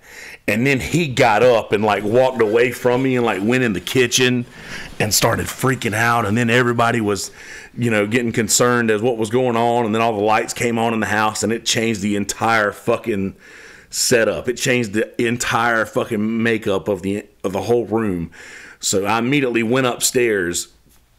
To write down this whole situation. I documented the whole thing, and I don't have the documentation of it anymore because after a few years, I ended up going to church and got my life in line with Jesus, and I deleted all the old me. I deleted all the old stuff, and I was like, I don't want to have a documentation of a trip that I had, and I hate that I deleted it, but somebody has it because I emailed it to a shitload of people. Somebody's got to still have it. But anyway, beside the point, back to the actual story I was telling. I was at this festival. We had taken some of this great white on white unperforated acid right after taking liquid acid on a wafer, and about 4 or 5 hits of acid gel tabs, all on top of the mescaline cap I'd done a day or 2 days earlier.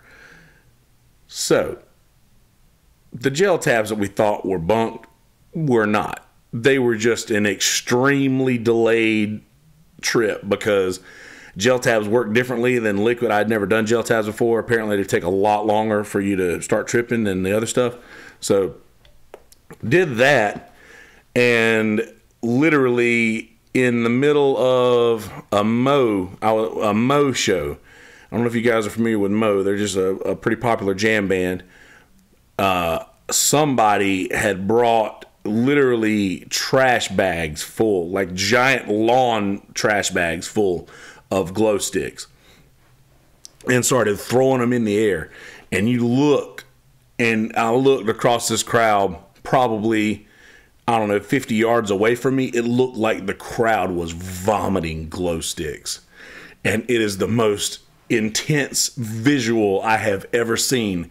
And after I started seeing that, after I saw the crowd like start vomiting glow sticks, and Disco Biscuits had come on stage, or Disco Biscuits had just finished, and Bass Nectar was on stage doing some spinning in between the thing. And I don't know if you guys are familiar with Bass Nectar at all, but Bass Nectar is just this crazy DJ who's got long spaghetti hair, and it just looks like the craziest thing you've ever seen.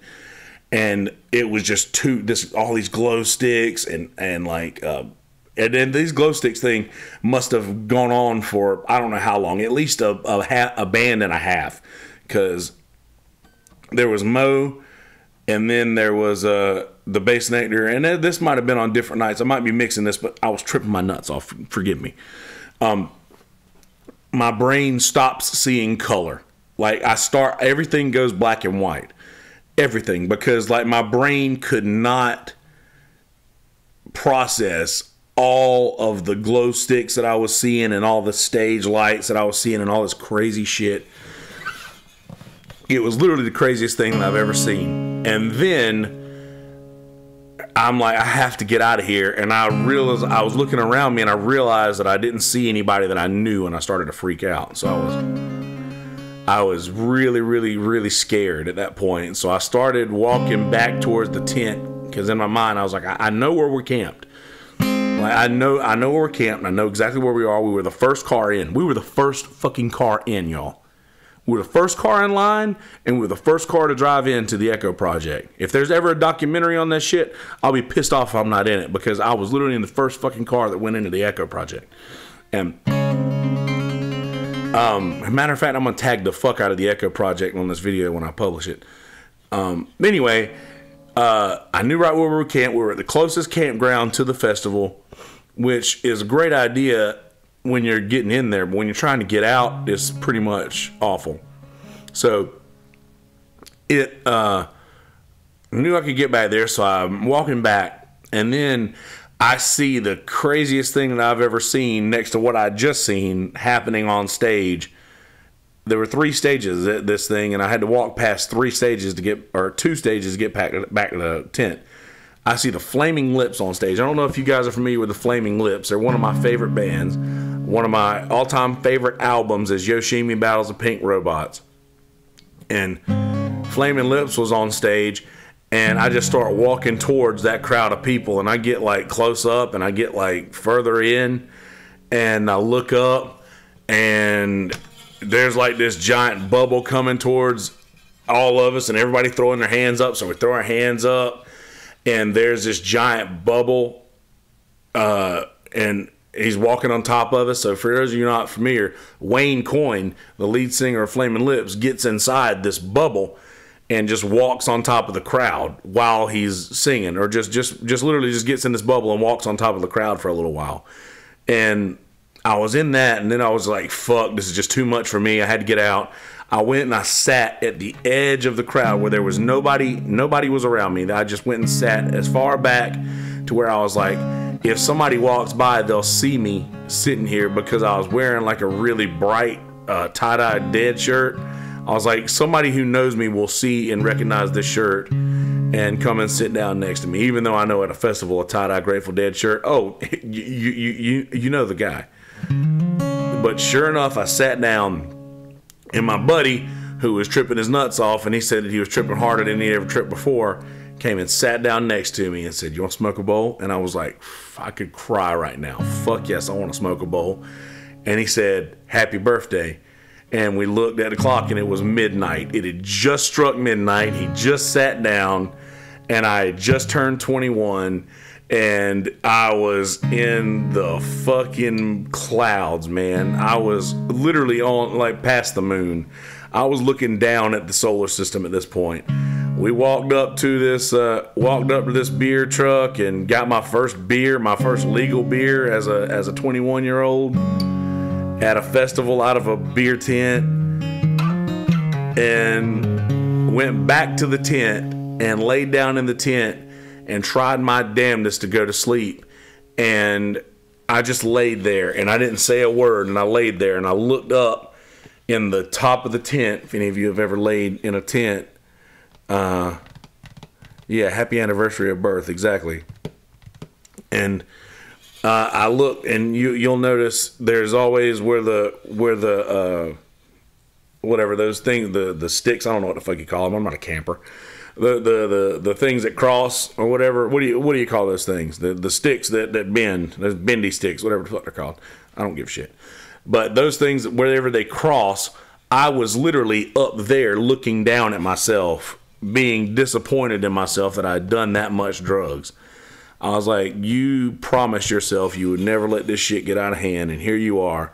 You've taken literally 3 days worth of heavy psychedelics, and I finally just I was so disappointed in myself, and I finally got out of that place enough to where I could fall asleep. And the next day we woke up and we were dirty. We had taken a shower tent, but it's not the same. You don't get a real shower out there. It's just all dirt out there, you know. It's just all fucking dirt. You know, it doesn't matter. You take a shower, you get out, you're going to be dirty 15 minutes later. So, anyway, me and my buddy were like, dude, this is just not for me. I just don't think I'm for this. Like, I really wanted to be this kind of a person. I really wanted to be a hippie or whatever. And I was like, this life is just not for me. I can't handle it. We have to get out of here. And it was my birthday. And we went and we saw that day, no drugs that day. I was like, I'm not taking any more drugs again. They did get out. My buddy got somebody to take him to the store, and they got me one of those mini kegs of Heineken, and brought that back. And I was drinking on that mini keg of Heineken that day.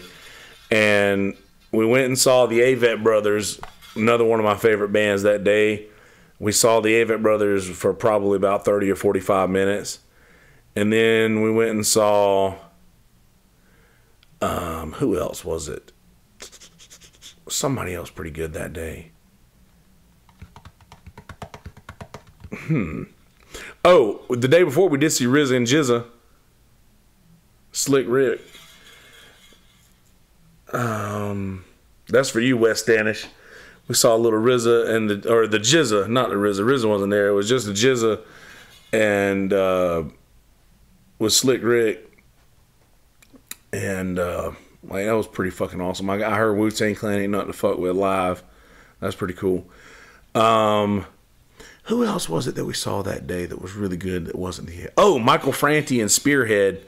It was called The Echo Project. You know what?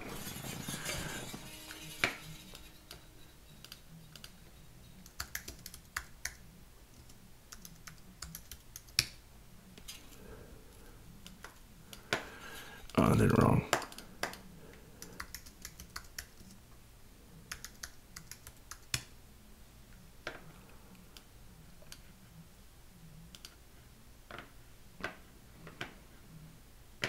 Oh, that's definitely not it.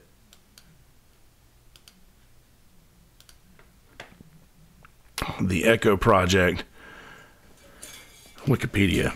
The Echo Project was a 3-day music festival held from October 12th to 14th, 2007. The 14th is my birthday in Fairburn, Georgia.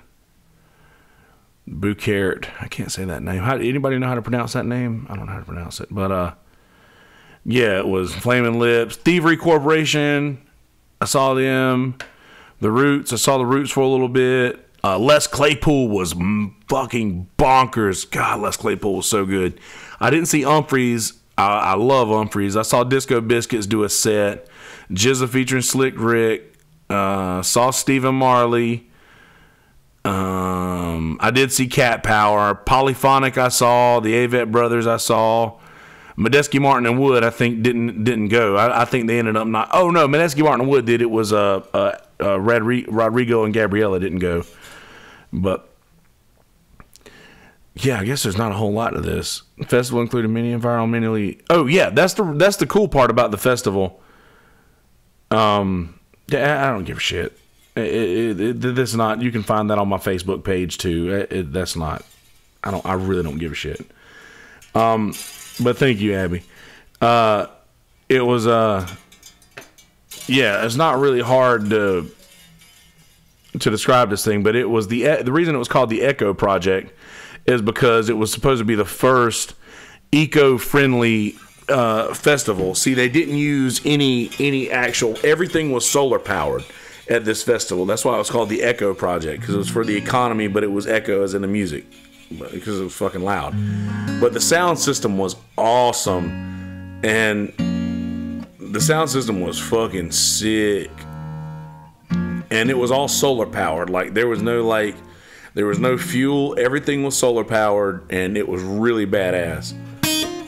And I think it was the first of its kind that was like that, or that's how it was billed.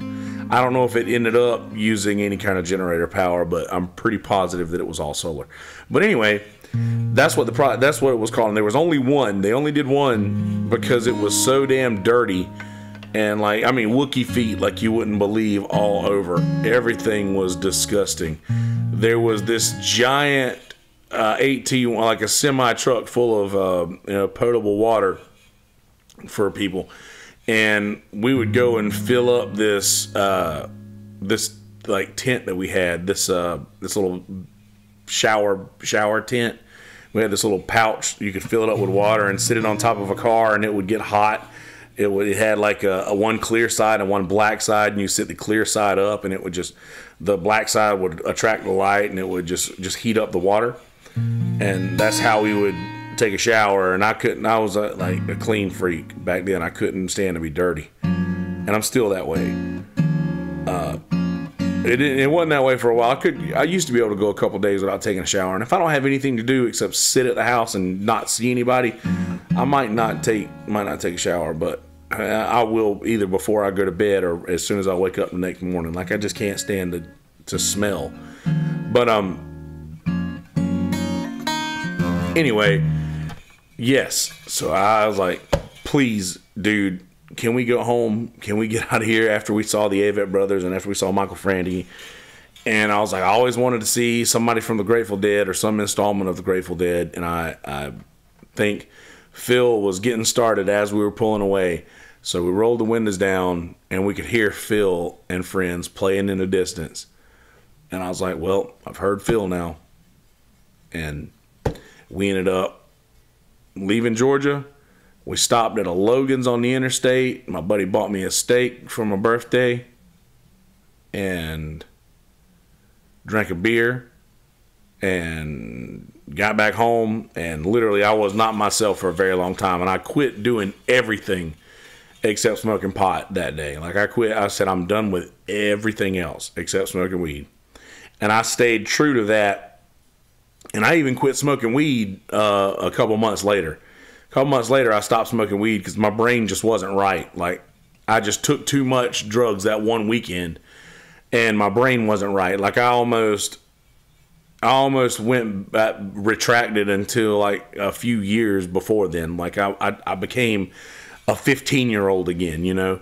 And I just met this girl that I was working at Starbucks, and this girl came in and used to flirt with me all the time, and I met her and started talking to her, and I had literally just turned 21, and my this girl named Erica had just turned like 17.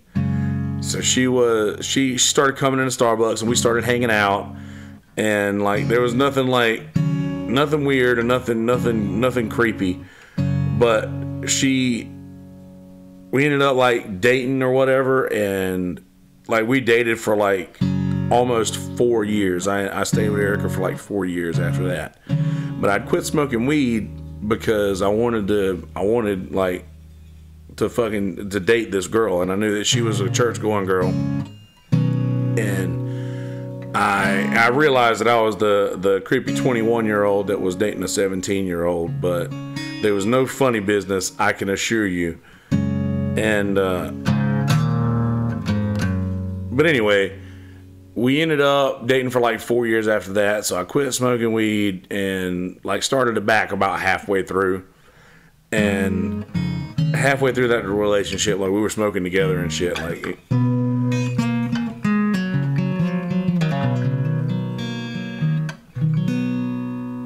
but yeah, we ended up starting back all the other shit, and I ended up taking some, I think it was acid, just a couple of years after that, for the first time in a long time, and just like, oh shit, this is fucking awesome. And I realized, I was like, I can't do this thing, because there was a while there where I was getting acid pretty regularly, and I was bad about taking acid and wanting to walk through the woods and shit. Like I would walk through the woods and like people's backyards and shit, and just I realized, I was like, dude, if I keep doing this, I'm gonna end up going to fucking jail. So that's when I started coming home and watching scary movies. And then that became my thing. I would take a couple hits of acid and come home and watch a scary movie, because I just love, the scary movies really work when you're tripping acid. They really work. Like, you can hear and see all kinds of crazy shit. You know, the creepiness doesn't stop at the television screen, you know. But yeah, I realized I was getting a little too into doing shit like that, and I probably needed to cut that shit out and not do that so much. So glad that I don't fuck around like that anymore. And like, I keep the wolf at the door. I keep a little, like I said, I keep a little bit tucked away in there for a rainy day, just in case.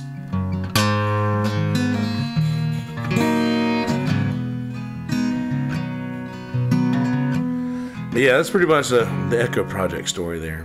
I didn't intend to tell that story. It's just how it ended up. I do know how I ended up telling that story. I ended up telling that story because I was watching Gummo a while ago. And the first time I watched Gummo, I was fucked up on 2CE. And that started all the crazy stories about tripping acid. Fun times, right? Are you guys familiar with the Avett Brothers? Anybody know who the Avett Brothers are?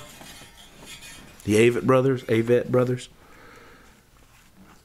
They're one of the better bands I've ever heard. I love Avett Brothers. They are very, very good. Let's do an Avett Brothers song.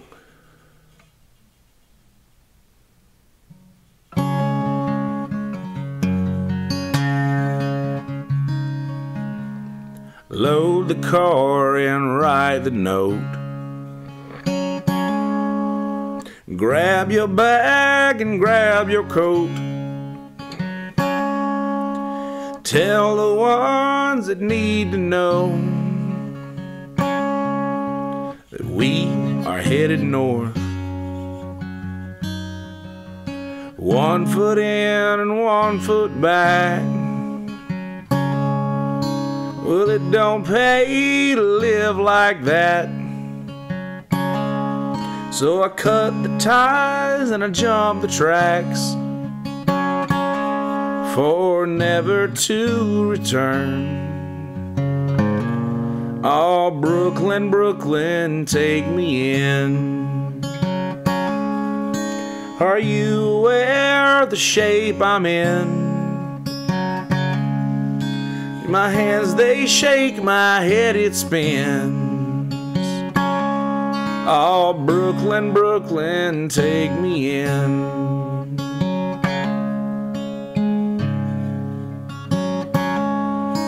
When at first I learned to speak, I used all my words to fight with him and her and you and me. Man, it's such a waste of time. Man, it's such a waste of time. That woman, she's got eyes that shine like a pair of stolen polished dimes. She asked to dance and I said it's fine. I'll see you in the morning time. Oh, Brooklyn, Brooklyn, take me in. Are you aware of the shape I'm in? My hands, they shake, my head, it spins. Oh, Brooklyn, Brooklyn, take me in.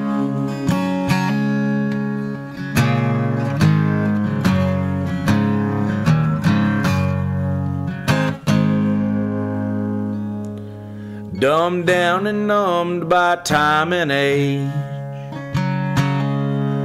my dreams, they catch the world the cage. The highway sets the traveler's stage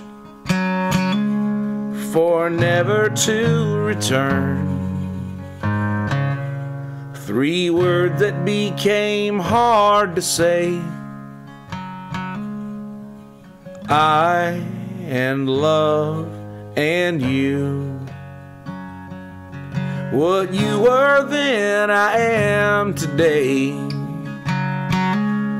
Look at the things I do. Oh, Brooklyn, Brooklyn, take me in. Are you aware of the shape I'm in? My hands, they shake, my head, it spins. Oh, Brooklyn, Brooklyn, take me in. Brooklyn, Brooklyn, take me in. Are you aware of the shape I'm in? My hands, they shake, my head, it spins. Spins. Oh, Brooklyn, Brooklyn, take me in. 3 words that became hard to say: I and love and you. I and love and you. I and love and you. That is an Avett Brothers song off of an album titled I and Love and You. So good. Such a good record.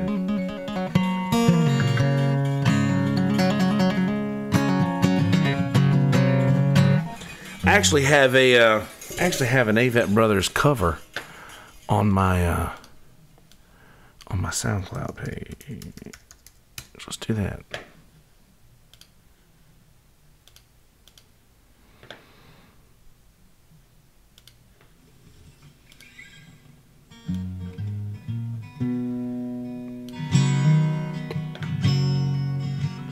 I love this fucking song. It's so damn good.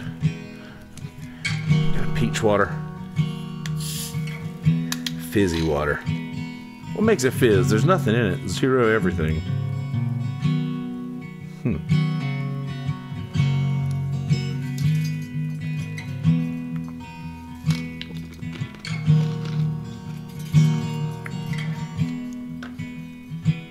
Uh-oh. Don't need that. When my body won't hold me anymore and it finally lets me free, will I be ready? When my feet won't walk another mile and my lips give their last kiss goodbye, will my hands be steady when I lay down my fears, my hopes and my doubts, The rings on my fingers and the keys to my house. With my feet with no heart. Oh, Head Full of Doubt, so damn good. Feelings.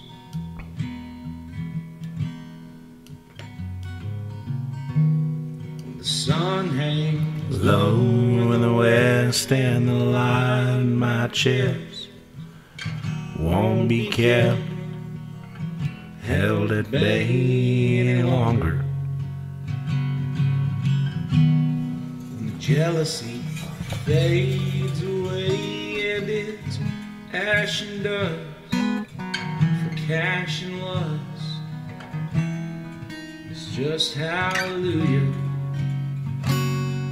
Love the thoughts, love the words, love the songs that they sing in the church, and no hard feelings. So powerful. The Lord knows they haven't done much good for anyone. Kept me afraid and cold.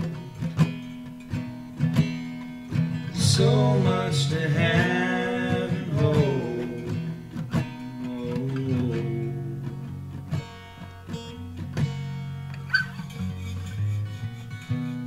When my body won't hold me anymore and it finally lets me free, where will I go? Will the trade winds take me south through Georgia grain or tropical rain or snow from the heavens? Will I join with the ocean blue or run into the Savior true and shake hands laughing and walk through the night straight to the light, holding the love that I've known in my life and no hard feelings. Lord knows they have done much good for anyone. Kept me afraid and cold. So much to have and hold. Under the curvy sky, we finally learning why it matters to me and you to say it and mean it too. Yuck. For life and its loveliness and all of its ugliness, good as it's been to me, and I have no enemies. I have no enemies. I have no enemies. I have no enemies. I have no enemies. Is that what it's all about? Head Full of Doubt's great.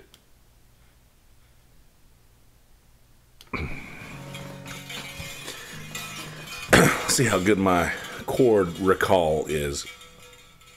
There's a darkness upon me that's covered in light.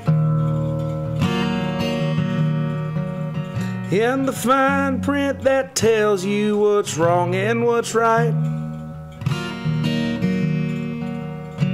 Well, it comes in black and it comes in white, and I am frightened by those that don't see it. When nothing is owed, deserved, or expected, and your life ain't gonna change by the man that's elected. If you're loved by someone you're never rejected, decide what to be, then go be it. There was a dream, one day I could see it, like a birdie in a cage, I broke in and demanded that somebody free it. There was a kid with a head full of doubt,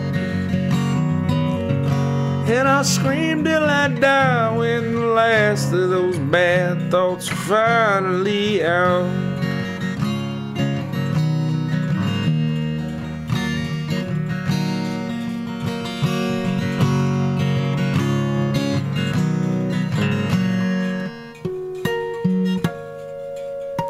There's a darkness upon us that's covered in light, and the fine print that tells you what's wrong and what's right. Well, it flies by day and it flies by night, and I am frightened by those that don't see it. There was a dream, one day I could see it, and like a birdie in a cage, I broke in and demanded that somebody free it. There was a kid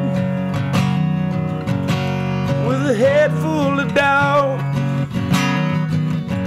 and I screamed till I died when the last of those bad thoughts were finally out.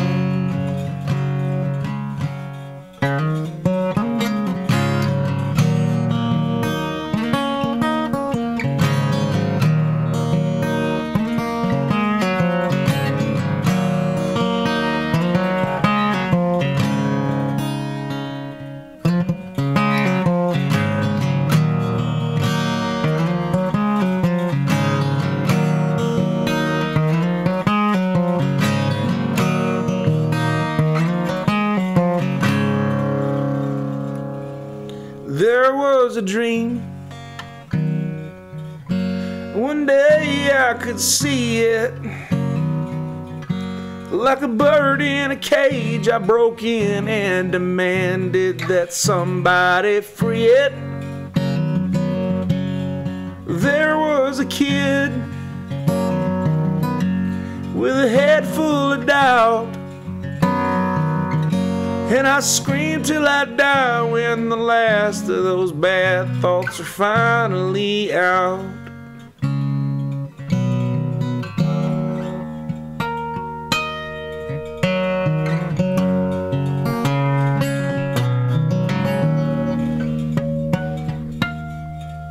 There's a darkness upon us that's covered in light,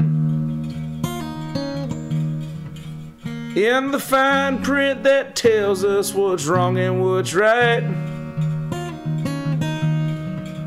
There's a darkness upon us that's flooded in light, and I'm frightened by those that don't see it. Little head full of doubt, road full of promise. God, Avett Brothers are so damn good. There's a lyric in their song Laundry Room that's last night I dreamt the whole night long and I woke with a head full of songs. I spent the whole day, I wrote them down, but it's a shame. Tonight I'll burn the lyrics because every chorus was your name. Like, fuck. Is that not just fucking gorgeous? So damn good. So damn good, man. That's real damn good. I think I'm gonna call it a night here. I didn't have a gig tonight, so I wanted to do something for you guys. And also, I did take into account that Brother Jamie is, thank you, Abby. Great request, by the way. Great song. I did take into account that Brother Jamie was out of town and was not going to be live streaming tonight. And I know that this is not the same, and I'm not anywhere near as good as Jamie is at you know, doing this YouTube thing and talking with you guys and such. But definitely wanted to give you guys something from the family, you know, from the you know, same vein as the things that I've been stealing from Jamie. And by the way, I'm very open about all that stuff. If I see somebody doing something that works, I'm obviously going to, you know, adopt that method. So definitely want to keep that up, and I'll be going live tomorrow. I think me and Patrick are going to do an episode. I haven't promoted at all because we don't really know what we're going to talk about yet. But Patrick will be my guest tomorrow. I'm still waiting to hear back from Jason Black, who's going to be coming on the podcast soon to talk about all kinds of crazy things. And when oh no, you're good, Abby. Absolutely didn't run everybody off. I was actually Scotty was talking about Jews and shit earlier, and I was like, hey man, back it off a little bit. It sounded a little racist to me. I hope I wasn't out of the way, and maybe I was. If I was, I'm sorry. I don't mean to be that way. I'm just very strong about my feelings on being negative to a certain group of people, just for the fact that they are a certain group of people, and end up having a lot of trouble with that. Just people who are just unacceptable of other people's lifestyles or decisions or whatever the fuck you want to call it. I just don't think that's a very that's just not a very satisfying way to live life, if you ask me. Just that was. So sorry if I came off harsh, you know, and didn't really respond to a lot of the other stuff the guys were saying. It's just, I think it's easier for me to just let people say things and not really respond to it sometimes than it is to actually say something. But if it involves like racism or anything like that, then I can't not say something. Like, that's just not who I am. But anyway, let's do another one more tune to walk you away. Think of a really good one.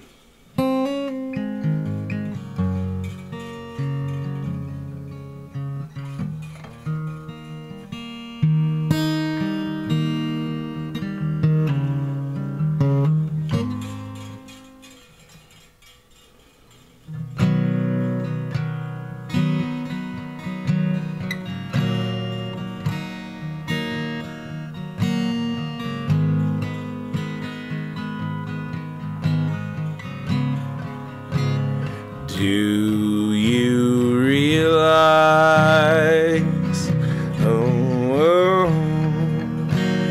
that you have the most beautiful face? Do you realize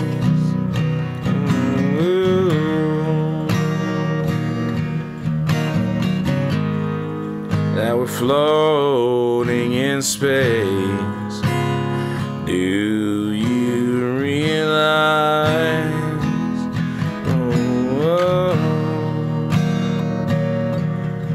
that everyone you know one day will die?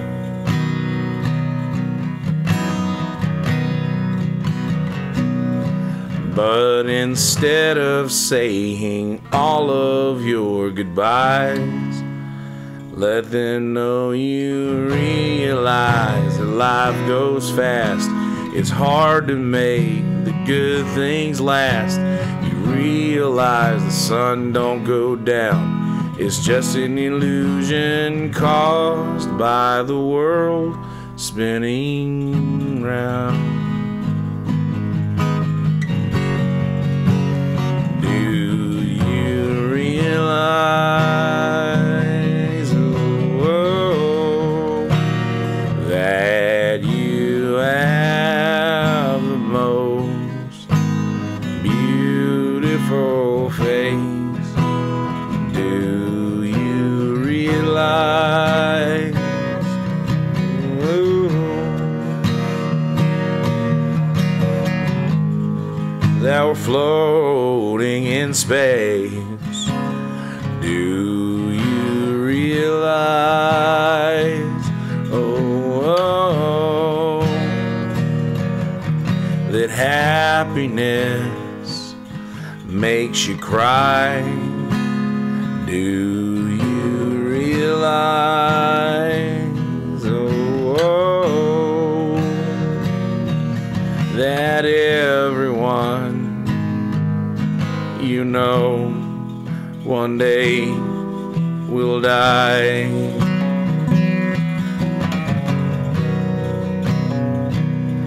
But instead of saying all of your goodbyes, let them know you realize that life goes fast.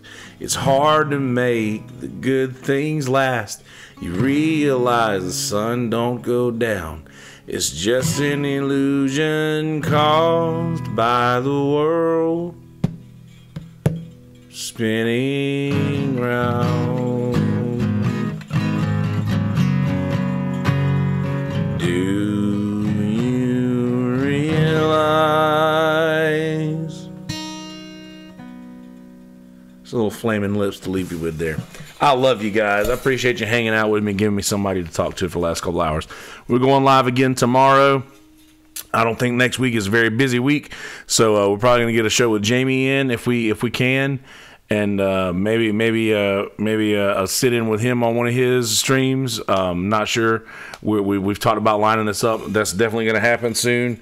Next week, I don't think I have a whole hell of a lot going on, but I haven't really checked yet, so you'll probably be seeing a lot of me next week. So I'm sorry. I'm not trying to saturate the market with myself, if you get what I mean, but you're probably seeing a lot of me next week because I don't have a lot of shit going on. Anyway, be good people. In a world full of shitty people, don't be one of those people. Be a good person. I love you. I mean it. Peace, bitches. Thank you, Abby. Thank you, Abby. Thank you.